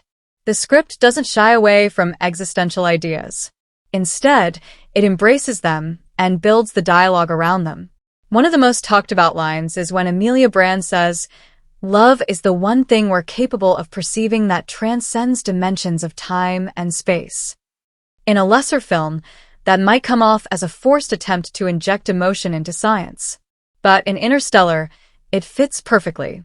It's a line spoken in desperation, not certainty. It's an argument for faith in a world obsessed with facts. And it becomes even more powerful when the film circles back and shows that love between Cooper and Murph is precisely what bridges the impossible distance between them. Cooper, as a character, is written with a kind of rugged vulnerability that comes through in every word he speaks. His lines are plain, often understated, but always loaded. When he says, "We used to look up at the sky and wonder at our place in the stars. Now we just look down and worry about our place in the dirt," it's more than poetic. It's a mission statement. It speaks to humanity's fall from wonder and his personal yearning to break free of the gravity, both literal and metaphorical, of Earth. His sarcasm, his quiet grief, his moments of awe and terror. All of it comes through in dialogue that never feels scripted. It feels lived. The script also gives room for silence. Not every emotion is verbalized. When Cooper watches the video messages from his now-grown children after spending what felt like hours on Miller's planet, he doesn't speak. He can't. The weight of time, loss, and helplessness is so overwhelming that dialogue would have weakened it. The decision to let the performance and the moment breathe speaks volumes about the confidence in the writing. It knows when to speak and when to stay silent. And then there's Dr. Mann, whose dialogue is some of the most haunting in the film. His calm, rational explanations of betrayal, fear, and selfishness are all the more chilling because of how reasonable he sounds. When he says, "You never would have come here unless you believed you were going to save them." Evolution has taught us that survival is the most powerful force. He's not just justifying his actions, he's exposing the darker truth about human nature. The way he delivers these lines softly, clinically, makes them more terrifying than any shout or scream. His dialogue is proof that the script knows how to weaponize logic. And who could forget the inclusion of Dylan Thomas's poem, "Do not go gentle into that good night"? Its repetition throughout the film is a masterstroke. Each time we hear it, spoken by Professor Brand, it lands differently. First, it feels like motivation. Later, it feels like defiance. Finally, it sounds like a plea. The poem becomes a spine running through the film, a reminder that rage against the dying of the light isn't just a literary flourish, it's the emotional core of the movie. It's what drives every launch, every risk, every sacrifice. Even the robots, Tars and Case, get some of the sharpest, driest dialogue in the film. Their personalities are delivered not through dramatic arcs, but through tone. Tars's humor settings, his loyalty, and his blunt assessments bring a strange warmth to scenes that could have been sterile. When Tars jokes about cutting the honesty setting or mockingly responds to a dangerous situation with a quip, it's not comic relief. It's a reminder that even artificial intelligence in this film is written with purpose and charm. The beauty of the script lies in its layering. On the surface, it tells a clear story about space travel and survival. But underneath, it's constantly layering emotional stakes, thematic echoes, and philosophical depth. The same line can mean different things depending on when and how it's said. "Stay," whispered by Murph as her father leaves, comes back later not just as a memory, but as a key. Words matter. Words carry weight. And the script never lets you forget that. In Interstellar, dialogue is more than speech. It's communication across time, across dimensions, across gulfs of silence. It's emotion stretched through the vacuum of space. It's science and feeling, intellect and instinct, fused into something that sounds almost like poetry, but grounded in the pain, fear, hope, and wonder of being human. The script doesn't just make you think. It makes you feel. And that's why it lingers. Not just in your ears, but in your bones. Interstellar doesn't just exist within the science fiction genre.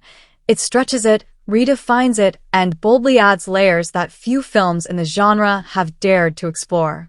Most sci-fi films pick a lane: dystopian survival, space exploration, time travel, alien encounters, or philosophical what-ifs. But this film takes multiple genre conventions, lines them up like dominoes, and then tips them over with an elegance that feels both classical and entirely new. It's a genre cocktail that blends science fiction, philosophical drama, emotional thriller, and metaphysical mystery, and somehow makes that blend feel seamless. Let's begin with how the film opens. Instead of launching straight into rockets and wormholes, Interstellar starts as a Dust Bowl family drama, a grounded and intimate story set in a world that feels like our own, just pushed a few years too far. This dystopian Earth is not futuristic. It's regressive. It looks like a small-town farm in Middle America where the biggest problem isn't robots turning evil. It's crop blight, sandstorms, and textbooks being rewritten to deny history. This is a bold choice. Most science fiction opens with spectacle. Nolan opens with despair. This slow-burn introduction doesn't just set the mood. It reframes the genre itself. It tells us, this is not just a story about where we might go, it's about what we've already lost. Then comes the introduction of science and exploration. Here, Nolan could have leaned into the tropes of elite astronauts, high-tech gadgets, and cool suits, but instead, he makes everything feel functional. The ships aren't slick, they're practical. The tech isn't shiny, it's patched together. The wormhole isn't discovered, it's revealed. It doesn't feel like a power fantasy. It feels like humanity's last chance. The film doesn't glamorize exploration, it makes it terrifying and tragic. That's one of the most subtle genre subversions the movie pulls off, turning space from a frontier into a burden. A beautiful burden, yes, but one fraught with risk, time distortion, and emotional cost. As the narrative unfolds, it dives headfirst into time dilation. This is where the film could have become too abstract for a mainstream audience.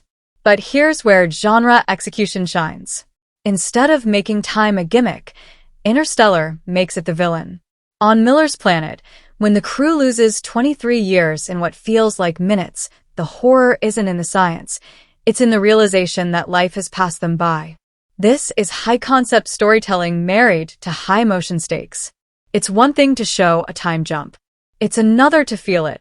That's what genre execution at its best does. It makes the concept visceral. The thriller elements arrive without warning.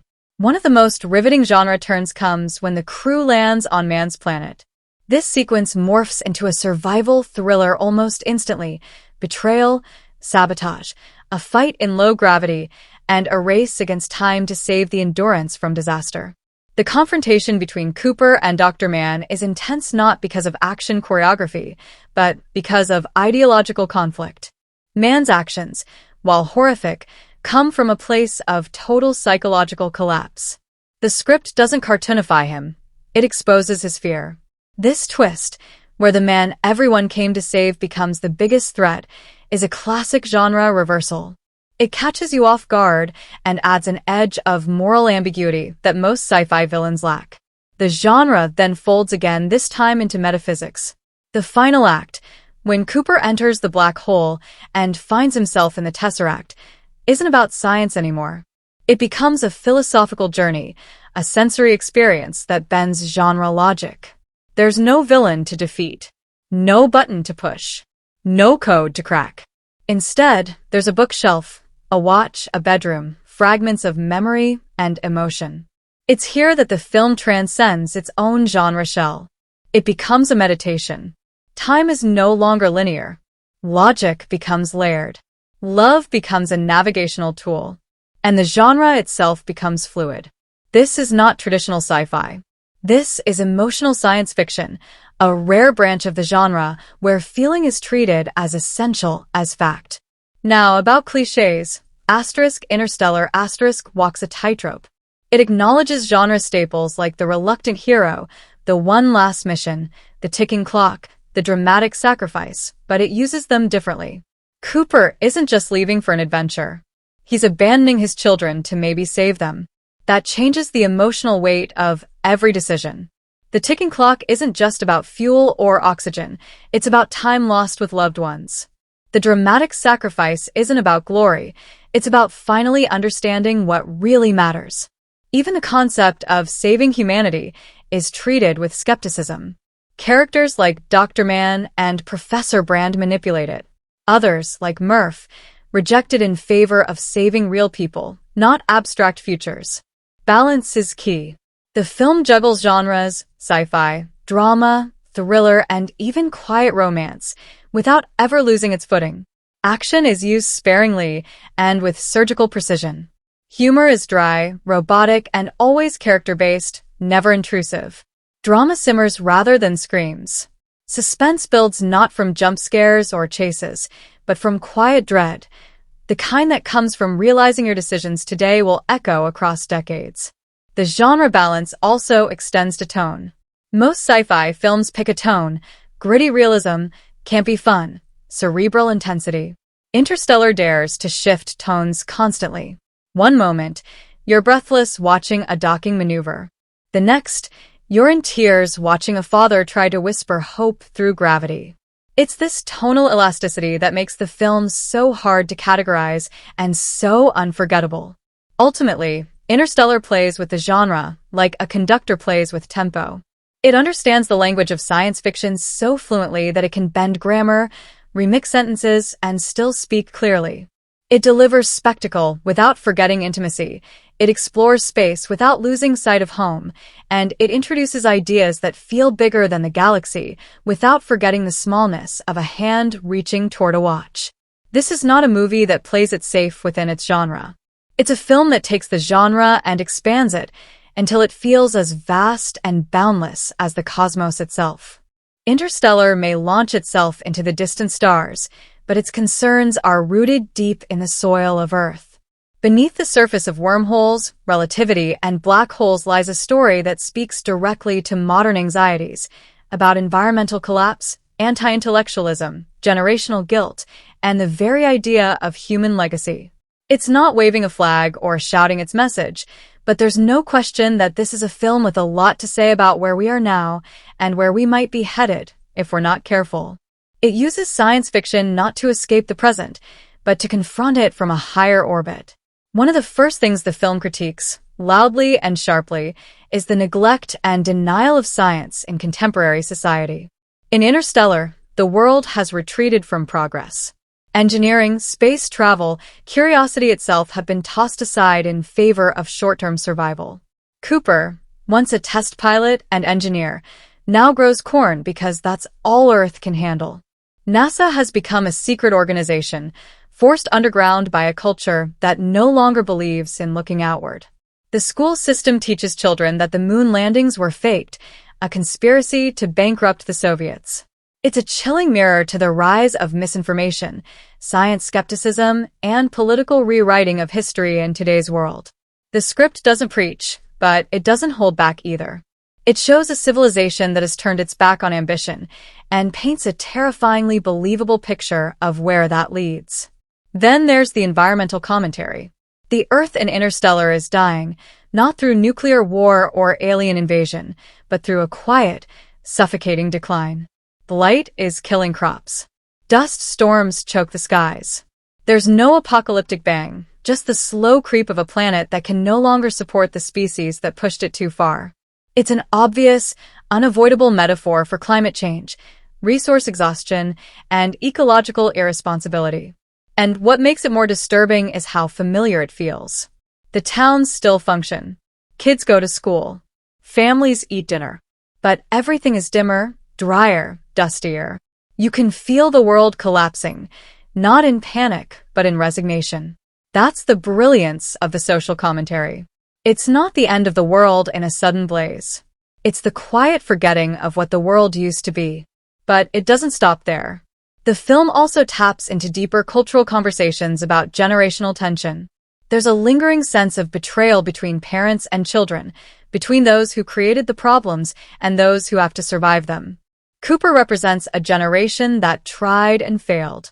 Muff represents the generation that must fix what's been broken. Their relationship carries the emotional weight of that burden. Murph resents being left behind, not just by her father, but by a world that gave up. Her work, her anger, her mission, they all echo a generational plea. Don't tell us it's too late. The film uses that emotional thread to comment on how each generation must decide whether to accept the mistakes of the past or challenge them. There's also an undercurrent of political tension in how the government is portrayed. The idea that an agency like NASA would be forced into secrecy speaks volumes about the film's take on priorities. The world spends its dwindling resources not on hope or innovation, but on survival. The people in power no longer fund exploration. They rewrite facts, reduce ambition, and manage decline. It's a warning about what happens when politics turns inward, when preservation becomes more important than possibility. Interstellar also plays with the idea of human exceptionalism and critiques it. The mission to find a new home isn't just about saving people. It's about choosing which people to save. There's a haunting subplot involving Plan B, abandoning Earth and starting a new colony with embryos, sacrificing the current population for the future of the species. That's not a heroic decision. It's a utilitarian nightmare. The film doesn't offer easy answers. It asks whether survival at any cost is worth it, and who gets to decide what survival even means. Is it noble to abandon the present for the future? Or is that just another form of failure dressed up as strategy? Even the theme of love, so central to the film, isn't just emotional. It's political, social, and philosophical. When Amelia Brand talks about love as a quantifiable force, as something that might transcend dimensions, the film invites us to question the dominance of cold logic. In a world where algorithms and equations rule, Interstellar defends the irrational, the emotional, the deeply human. It argues that maybe progress and survival aren't just about data, they're about connection, about caring, about the invisible threads that bind us to each other and to the future. One of the most powerful examples of this commentary is the moment Murph burns her brother's fields to stop him from living in denial. It's radical. It's desperate. And it's a symbolic rebellion against stagnation, ignorance, and fear. That act of destruction becomes a spark for truth, science, and change. It's the film saying, sometimes you have to set fire to what's broken to let something new grow. Even the ending, with its strange blend of scientific magic and emotional closure, speaks to this theme. Cooper doesn't save the world by force. He saves it by understanding, by accepting that love, memory, and belief can be just as powerful as gravity. He doesn't shoot his way through the stars. He listens, he feels, he trusts. So yes, Interstellar is a science fiction epic. But it's also a cry against cultural decay, a warning about climate neglect, a plea for truth in a world full of revision, and a call to believe, not just in numbers and technology, but in each other. Its commentary doesn't come through speeches or slogans. It comes through quiet choices, painful sacrifices, and haunting silences. It doesn't tell us what to think. It dares us to think bigger. Interstellar doesn't just ask you to sit and watch. It pulls you in, holds you tight, and refuses to let go long after the credits roll. This is a film that practically demands a visceral reaction, whether it's the ache in your chest as a father drives away from his daughter, the tightness in your throat as decades are lost in minutes, or the overwhelming awe as a spacecraft floats against the backdrop of Saturn. It's not passive entertainment. It's a full-body, full-mind experience. It doesn't just connect with the audience, it collides with them. From the very beginning, the film taps into one of the most universal emotional threads, the fear of losing time with the people you love. This isn't a story about space for space's sake. It's about what we're willing to risk and who we're willing to leave behind to save what matters. The relationship between Cooper and Murph is the heart of the film, and it hits hard.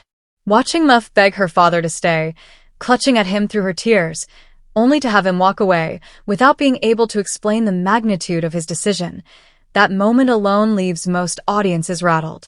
It's not just sad. It's painfully real.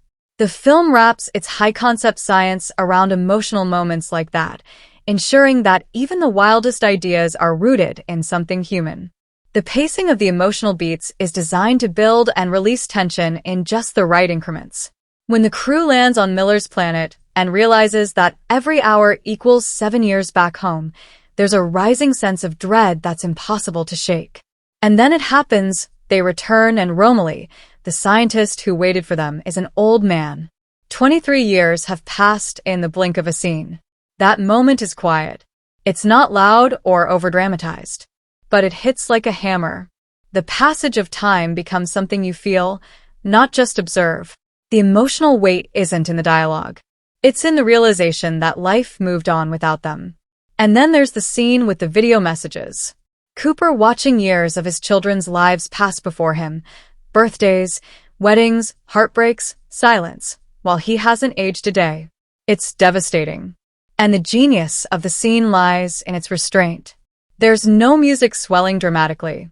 No montage gimmicks. Just raw footage, raw reactions, and a man breaking silently in front of a screen. It's one of those moments that elicits stunned silence from an audience. You can feel the room stop breathing. But it's not all sorrow and heartache. The film knows when to awe, when to inspire, when to electrify. The docking sequence after the Endurance is damaged is a masterclass in tension. The spinning, the music, the countdown. It builds and builds, and then explodes in a moment of triumphant survival. Audiences grip their seats. Some cheer. Some exhale after realizing they've been holding their breath. That's what good audience engagement looks like, when a technical maneuver in a sci-fi film becomes one of the most exhilarating moments of the year. Then there's the Tesseract sequence, the emotional crescendo of the film. For some, it's a mind-bending wonder. For others, it's a deeply spiritual moment. Either way, it stirs something. Cooper trapped in a fifth-dimensional space, desperately trying to send a message across time to the daughter he left behind. It's unlike anything you've seen. And it isn't played for spectacle. It's intimate. A man floating through memory, guided not by logic, but by love. People weep during this scene. They whisper. They try to figure it out. And more importantly, they talk about it afterward. That's the real power of engagement. Not just the feelings in the moment, but the questions it plants in your mind for days and weeks to come. The film also knows how to stir curiosity. It leaves just enough ambiguity to make you wonder. Did the beings that created the wormhole really exist, or was it humanity all along? How does time function in a tesseract?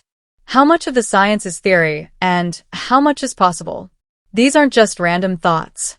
They're conversation starters. Interstellar turns casual viewers into armchair physicists, YouTube deep divers, late-night debaters. It becomes a shared puzzle, a point of connection. There's also something special about how the film respects its audience. It doesn't talk down. It doesn't over-explain. It trusts you to follow, to interpret, to feel your way through. That kind of trust builds loyalty. It's why so many people return to the film again and again. On first viewing, you might be swept away by the visuals and the emotion. On the second, you start noticing patterns, foreshadowing, symbolic echoes. On the third, you realize just how tightly woven the themes are, how every line connects back to something deeper. It rewards attention. It invites obsession. And while the heavy emotional and philosophical content might seem too much for some, the film balances it with just enough moments of levity and calm. Tars cracking a dry joke. Cooper and Brand teasing each other. The silent wonder of a ship drifting by Saturn. These moments give the audience time to breathe, and more importantly, time to feel the awe of what they're witnessing. Audience engagement with Interstellar doesn't end in the theater. It lingers. People discuss it, argue about it, cry about it, and carry it with them. Whether it's the science, the symbolism, the father-daughter connection, or just the question of what love really means in a universe that's constantly expanding, everyone leaves with something. It's not just a movie you watch. It's an experience you live through. And the feelings it stirs are as vast and uncharted as the galaxy it explores. When you start comparing Interstellar to other sci-fi films, especially those that aim for both brain and heart, you realize it occupies a very rare space in the cinematic universe. This isn't just another space movie, and it certainly doesn't follow a typical genre formula. In fact, Interstellar stands almost defiantly apart from the kinds of science fiction audiences had come to expect, both in tone and ambition. It's not just about alien worlds or dystopian survival. It's about existential purpose, human legacy, and the terrifying vastness of time itself. If you line it up against modern space exploration epics like Gravity, The Martian, or Ad Astra, you'll quickly spot the difference. Gravity is a visceral survival story. It puts you in the suit, makes you feel the panic of being untethered, and keeps the focus tightly on the here and now. The Martian leans hard into optimism and ingenuity with its crowd-pleasing, science the hell out of it energy. Ad Astra is more introspective, minimalist, and emotionally cold. Then you have Interstellar, which feels more like a poetic symphony. It doesn't just show you space. It confronts you with time as a force of grief, with love as a literal gravitational compass, and with choices that echo across decades. It's less about reacting to space and more about reconciling with what it takes from you. And when you zoom out and compare Interstellar to the great titans of science fiction, films like 2001, A Space Odyssey, Contact, or even Solaris, you find yourself in a much more philosophical and spiritual arena. The influence of Star 2001 Star is undeniable. You've got the enigmatic black hole as a cosmic threshold, the silent majesty of deep space travel, and a final act that steps beyond narrative and into something surreal and symbolic. But where Star 2001 Star keeps you at arm's length, all cold perfection and cryptic storytelling, Interstellar opens its chest wide and lets you feel. Nolan takes Kubrick's structure and injects it with warmth, emotion, and personal stakes. This isn't just a meditation on human evolution. It's a father begging for one more moment with his daughter. It's relativity with a broken heart. Contact might be the closest cousin in tone and theme. Both films explore the limits of science and the importance of faith, not necessarily religious, but emotional and intuitive faith in what we can't see, yet know to be real. Contact ends with a plea to believe. Interstellar ends with belief rewarded. Both use vast cosmic landscapes to tell intimate stories about lost parents, enduring connection, and the courage to leap into the unknown. Yet Interstellar takes the spectacle to new heights. The wormhole isn't just a gateway. The tesseract isn't just a concept. These things are visualized, dramatized, and turned into something the audience can feel in their bones. Within Nolan's own filmography, Interstellar feels both familiar and unique. Like Inception, it toys with time, perception, and emotional memory. Like The Prestige, it centers on obsession, sacrifice, and the costs of pushing beyond what is ethically safe. Like Tenet, it dives deep into cerebral mechanics, though Interstellar does so with much more emotional clarity. What makes Interstellar stand out in Nolan's canon is its emotional vulnerability. Nolan, often labeled as a cerebral and clinical filmmaker, lets himself get romantic here. Not in the lovey-dovey sense, but in the literary, epic, aching sense. He makes a movie about black holes and relativity, where the climax hinges on a daughter's bookshelf and a wristwatch. That's not typical Nolan. That's Nolan writing with his heart as much as his head. There's also the film's boldness in taking massive scientific ideas and letting them dominate the structure of the story. Most science fiction movies sprinkle science in for flavor. Interstellar builds its entire foundation on real theoretical physics. It doesn't treat space like a playground. It treats it like an endless question. This is where it parts ways with the Star Wars and Guardians of the Galaxy side of sci-fi, which are fantasy dressed in sci-fi aesthetics. Nolan isn't interested in laser battles or alien diplomacy. He's interested in black holes, time dilation, entropy, gravitational anomalies, and what it means to be a conscious creature navigating all of it. Even compared to something like Arrival, which also plays with time and emotion, Interstellar goes bigger and more raw. Arrival is a slow whisper of revelation. Interstellar is a sweeping cry across galaxies. Both films suggest that understanding time might lead to understanding ourselves, but Interstellar makes that idea experiential. You don't just watch characters lose time. You feel it pass. You grieve with them. It also breaks out of traditional storytelling structure. Most space films build to a climax where a problem is solved and everyone returns home. Interstellar flips that on its head. Cooper goes into the unknown and stays there. The moment of triumph isn't a landing or an explosion. It's a moment of quiet connection across time, when Murph realizes her father never truly left. It doesn't give the audience a big, neat bow. It gives them questions, mysteries, and a bittersweet sense of completion. The reward is not comfort, it's perspective. And perhaps that's the greatest way Interstellar distinguishes itself. It doesn't just challenge other sci-fi films in terms of effects or sound design. It challenges them in ambition. It asks the biggest questions about time, love, legacy, sacrifice, and it tries to answer them through story, through spectacle, through science. It demands a lot from its viewers, and that's not always typical for a genre that often leans on action and escapism. This isn't escape. This is confrontation with mortality, with distance, with the infinite. So when you stack Interstellar against its peers, whether within Nolan's work, modern space films, or the broader tradition of cerebral sci-fi, it doesn't just hold its own. It warps the scale around it. Like its own black hole, it exerts gravitational pull on everything around it. It's not here to fit in. It's here to change what we think science fiction can be. Interstellar isn't just a film you watch, it's a film you decode. It's layered with symbolism, rich with metaphors, and full of imagery that goes far beyond its surface story. Every planet, every object, every choice has meaning, and the film uses visual cues and narrative patterns like breadcrumbs through a philosophical maze. It may present itself as a tale of survival and science, but it functions more like a modern myth about love, time, loss, and transcendence. Let's start with the most obvious and powerful symbol, time. Time in Interstellar isn't just part of the plot. It's a character. It's an obstacle. It's the enemy. It's the reason behind every sacrifice. The way time is portrayed, especially through relativity and gravitational time dilation, reflects the way we experience emotional separation. Cooper's inability to stop time from stealing his children's youth becomes a metaphor for every parent watching their child grow up too fast. Time slips through fingers. No matter how fast you move or how far you travel, you can't outrun it. That ticking clock on Miller's planet is more than a countdown. It's a heartbeat, a constant reminder of what's being lost.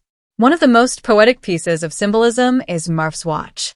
A simple object, given with love, becomes the bridge between two dimensions, two people, and two timelines. Cooper doesn't just send data through the watch, he sends meaning. It becomes the tool for salvation, yes, but also the symbol of their bond.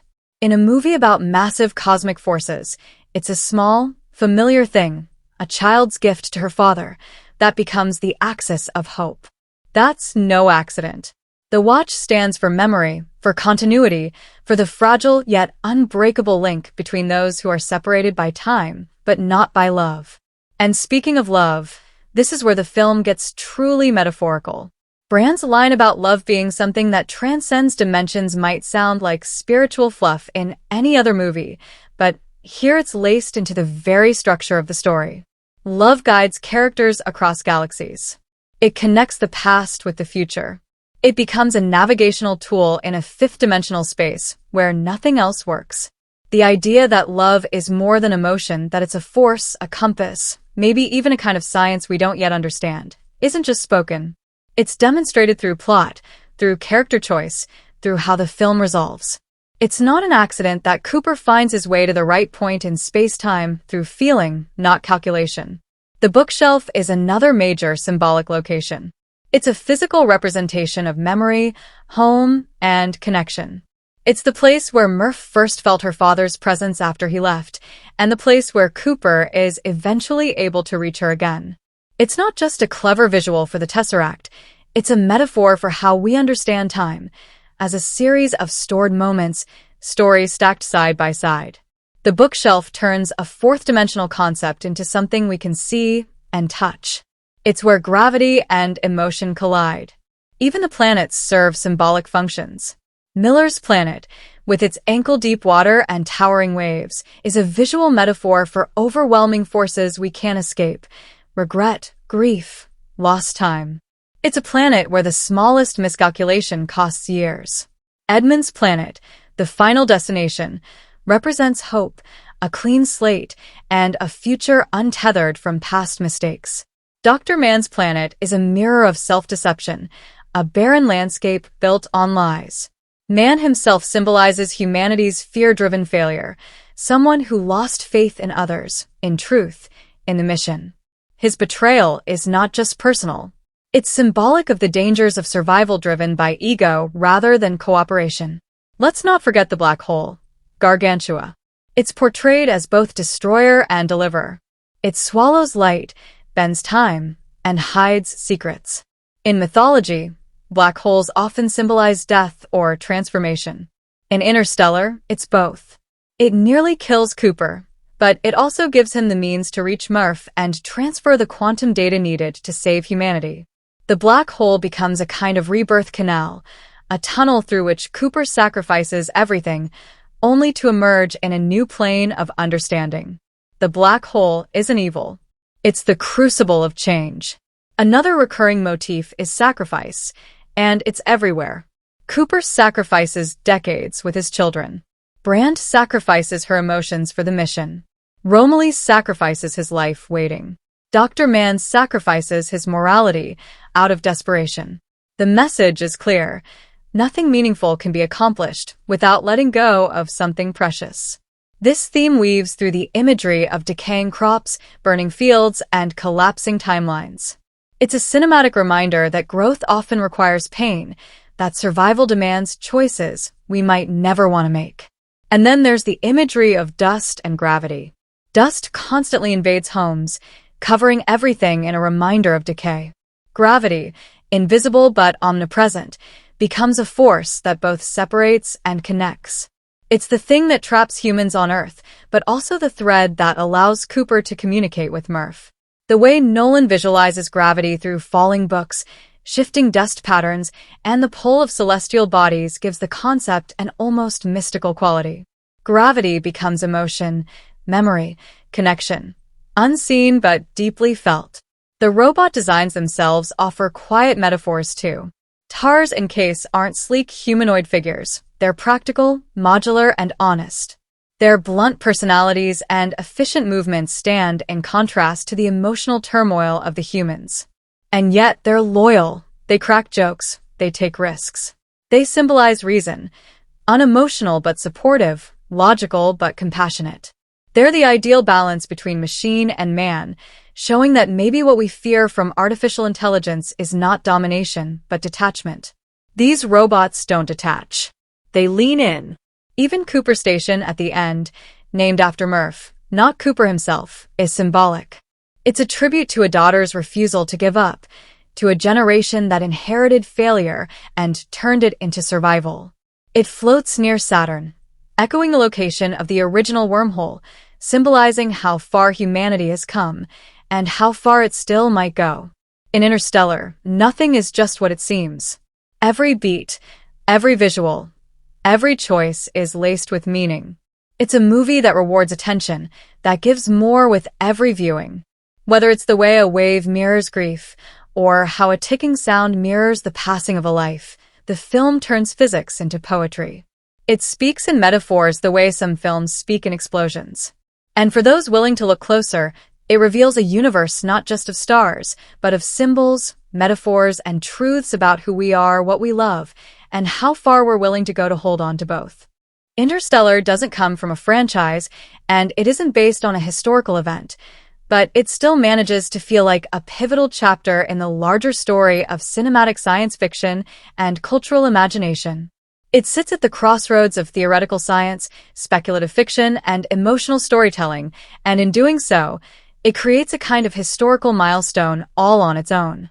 It's not tied to a shared universe. There are no sequels, prequels, or spin-offs, yet it feels as grand and significant as any epic saga that's come before or after. It didn't just release into theaters, it entered the conversation. In terms of its place within the historical context of science fiction cinema, Interstellar is part of a long lineage of films that use space to talk about the human condition. But what sets it apart is how it draws from history, not just the history of science fiction movies, but the actual history of space exploration and scientific ambition. It came out at a time when public enthusiasm for space travel had cooled. The shuttle program was done, Mars missions were still distant hopes, and big questions about climate change and resource scarcity were looming larger than ever. Interstellar tapped into that anxiety and transformed it into cinematic spectacle. It didn't just tell a story, it felt like it was responding to history. The visual and thematic echoes of the Dust Bowl era in the film's Earthbound scenes are no accident. Nolan consciously designed the Earth's failing ecosystem to mirror the environmental devastation and cultural mood of 1930s America. Dust storms, crop failures, and a world turning inward in survival mode. It's all meant to evoke a historical period where hope was scarce and progress felt like a luxury. There are even mock interviews at the beginning of the film that resemble Ken Burns-style documentaries, grounding the story in something that feels unsettlingly real. It's a speculative future, but it looks and behaves like a well-remembered past. You can also look at Interstellar as a historical meditation on our relationship with science itself. In the film's world, science has become suspect, even dangerous. NASA has gone underground. Education systems have rewritten history to downplay space travel. This isn't just fiction. It's a reflection of real-world trends in scientific denial, underfunding of research, and a general cultural shift away from exploration and curiosity. Interstellar turns that historical observation into fuel for its story. It becomes not just a space adventure, but a rallying cry to remember what we're capable of. And while it's not technically a part of a franchise, Interstellar does contribute to an ongoing thematic narrative that Christopher Nolan has been building across his body of work. It's part of his unofficial time trilogy, alongside Inception and Tenet, each film pushing deeper into questions about how time shapes memory, identity, and consequence. In Inception, time is manipulated within dreams. In Tenet, it runs forward and backward simultaneously.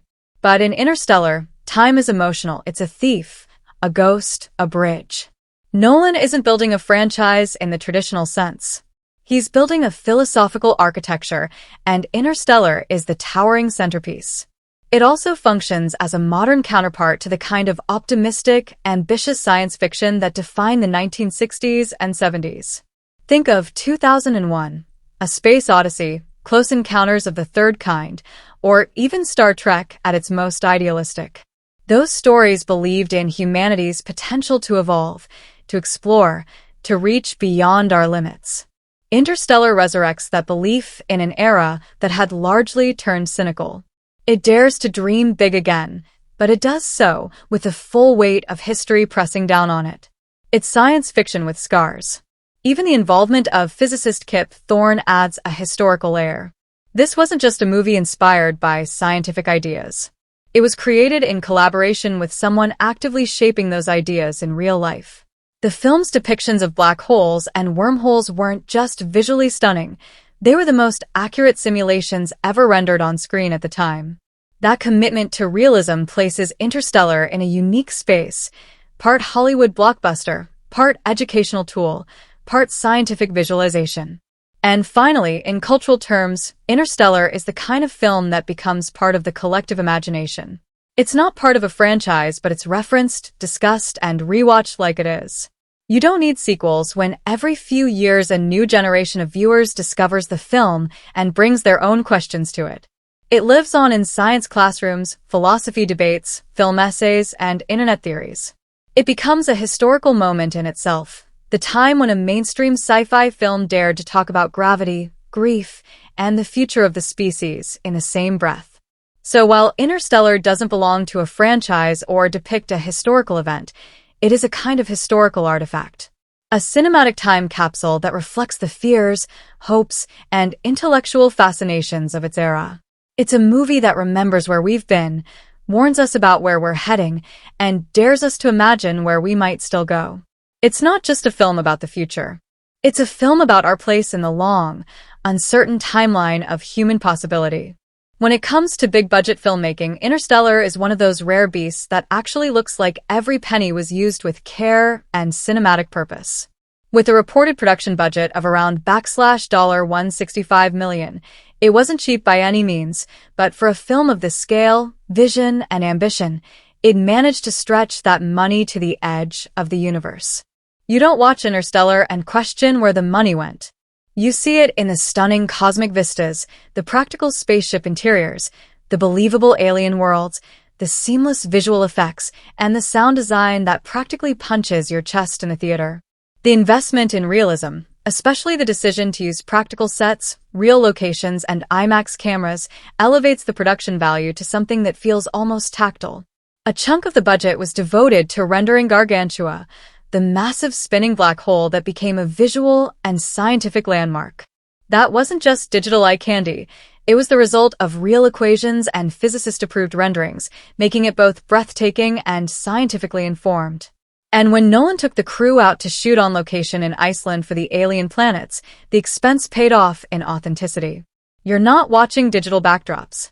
You're feeling the cold wind, seeing the light hit real ice, and watching characters walk through vast, haunting landscapes that feel grounded despite being light years from Earth. Now, let's talk box office. Interstellar wasn't just a technical triumph, it was a commercial one, too. It raked in over $700 million globally, which is more than 4 times its production budget. That's an enormous return for a film that isn't part of a franchise, doesn't have superheroes, and asks its audience to follow theories about time dilation and fifth-dimensional communication. It's proof that audiences were hungry for something bold, cerebral, and emotionally resonant. Even though it didn't quite break into the billion-dollar club like some lighter or more action-driven blockbusters, it carved out a lane of its own, a thinking person's sci-fi epic that still packed theaters. Marketing played a huge role in this success. The trailers didn't spoil the story. They teased the themes. The promotional material leaned into mystery, emotion, and awe, with just enough grand spectacle to hook a wide audience. It wasn't pitched like a hard science film, it was pitched like a heartbreaker that just happened to take place near a black hole. That blend of emotion and scale gave it mass appeal. And the Nolan name carried weight. Coming off the Dark Knight trilogy and Inception, Nolan had a reputation for delivering intelligent blockbusters, and audiences trusted him to deliver something that felt worth the ticket price. Critics were generally positive, though reactions varied. Some were overwhelmed by its ambition, others felt it veered into the overly sentimental. But that split actually fueled more conversation. People weren't walking out of Interstellar with a shrug. They were talking about it, debating it, revisiting it. And word of mouth became a silent marketing engine. The emotional impact of the story, especially the father-daughter relationship, helped bring in viewers who might not usually be drawn to sci-fi. It wasn't just about relativity and wormholes. It was about reconnection, sacrifice, and love stretched across light years. And let's not forget the longevity. Even years after its release, Interstellar continues to pull in new audiences through digital platforms, streaming, and special theatrical re-releases. It's become one of those modern classics that film students analyze, science lovers adore, and general audiences rediscover with wide eyes. That kind of cultural staying power boosts its financial legacy far beyond initial ticket sales. In terms of production quality versus budget, Interstellar is a masterclass in getting the most cinematic bang for your buck. It didn't cut corners, but it also didn't waste its resources. It poured its budget into things that matter: practical effects, real environments, sound design that shakes your soul, and visuals that hold up even years later. You feel the budget in the weight of the spaceship, the scale of Saturn's rings, the infinite silence of deep space. And none of it feels like flashy spectacle for spectacle's sake. It all supports the story's emotional and philosophical core. So when you add it all up, Interstellar wasn't just a box office success. It was a financial affirmation that audiences will absolutely show up for smart, ambitious, emotionally rich science fiction when it's crafted with vision and sincerity. It didn't need a sequel or a shared universe. It needed only one chance to make its mark, and with its budget and box office results, it launched itself into film history like a rocket built on heart, brains, and perfectly calculated risk. If you're planning to watch Interstellar, don't just stream it on your phone while half asleep. This is not that kind of movie. This is the kind of film that demands your attention, your time, and ideally a screen bigger than your living room wall. It's not just a movie, it's a full-blown experience. And where and how you choose to watch it can completely transform how deeply it hits you. Let's start with the ultimate way to watch it, in a theater, preferably in IMAX. Christopher Nolan shot large portions of Interstellar using IMAX cameras, which means the film was literally built for the biggest screen possible. The sheer scale of space, the terrifying beauty of Gargantua, the vast loneliness of alien planets, it all becomes immersive in a theater setting. You don't just see it. You feel it. The rumble of the launch sequence, the ticking clock on Miller's planet, the overwhelming silence of deep space, it surrounds you. IMAX doesn't just make it bigger. It makes it grander. If a local theater ever brings it back for a special screening, don't hesitate. It's the kind of cinematic event that makes the trip and the ticket absolutely worth it.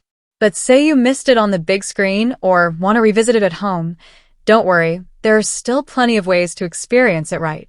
First things first, this is not a background noise movie.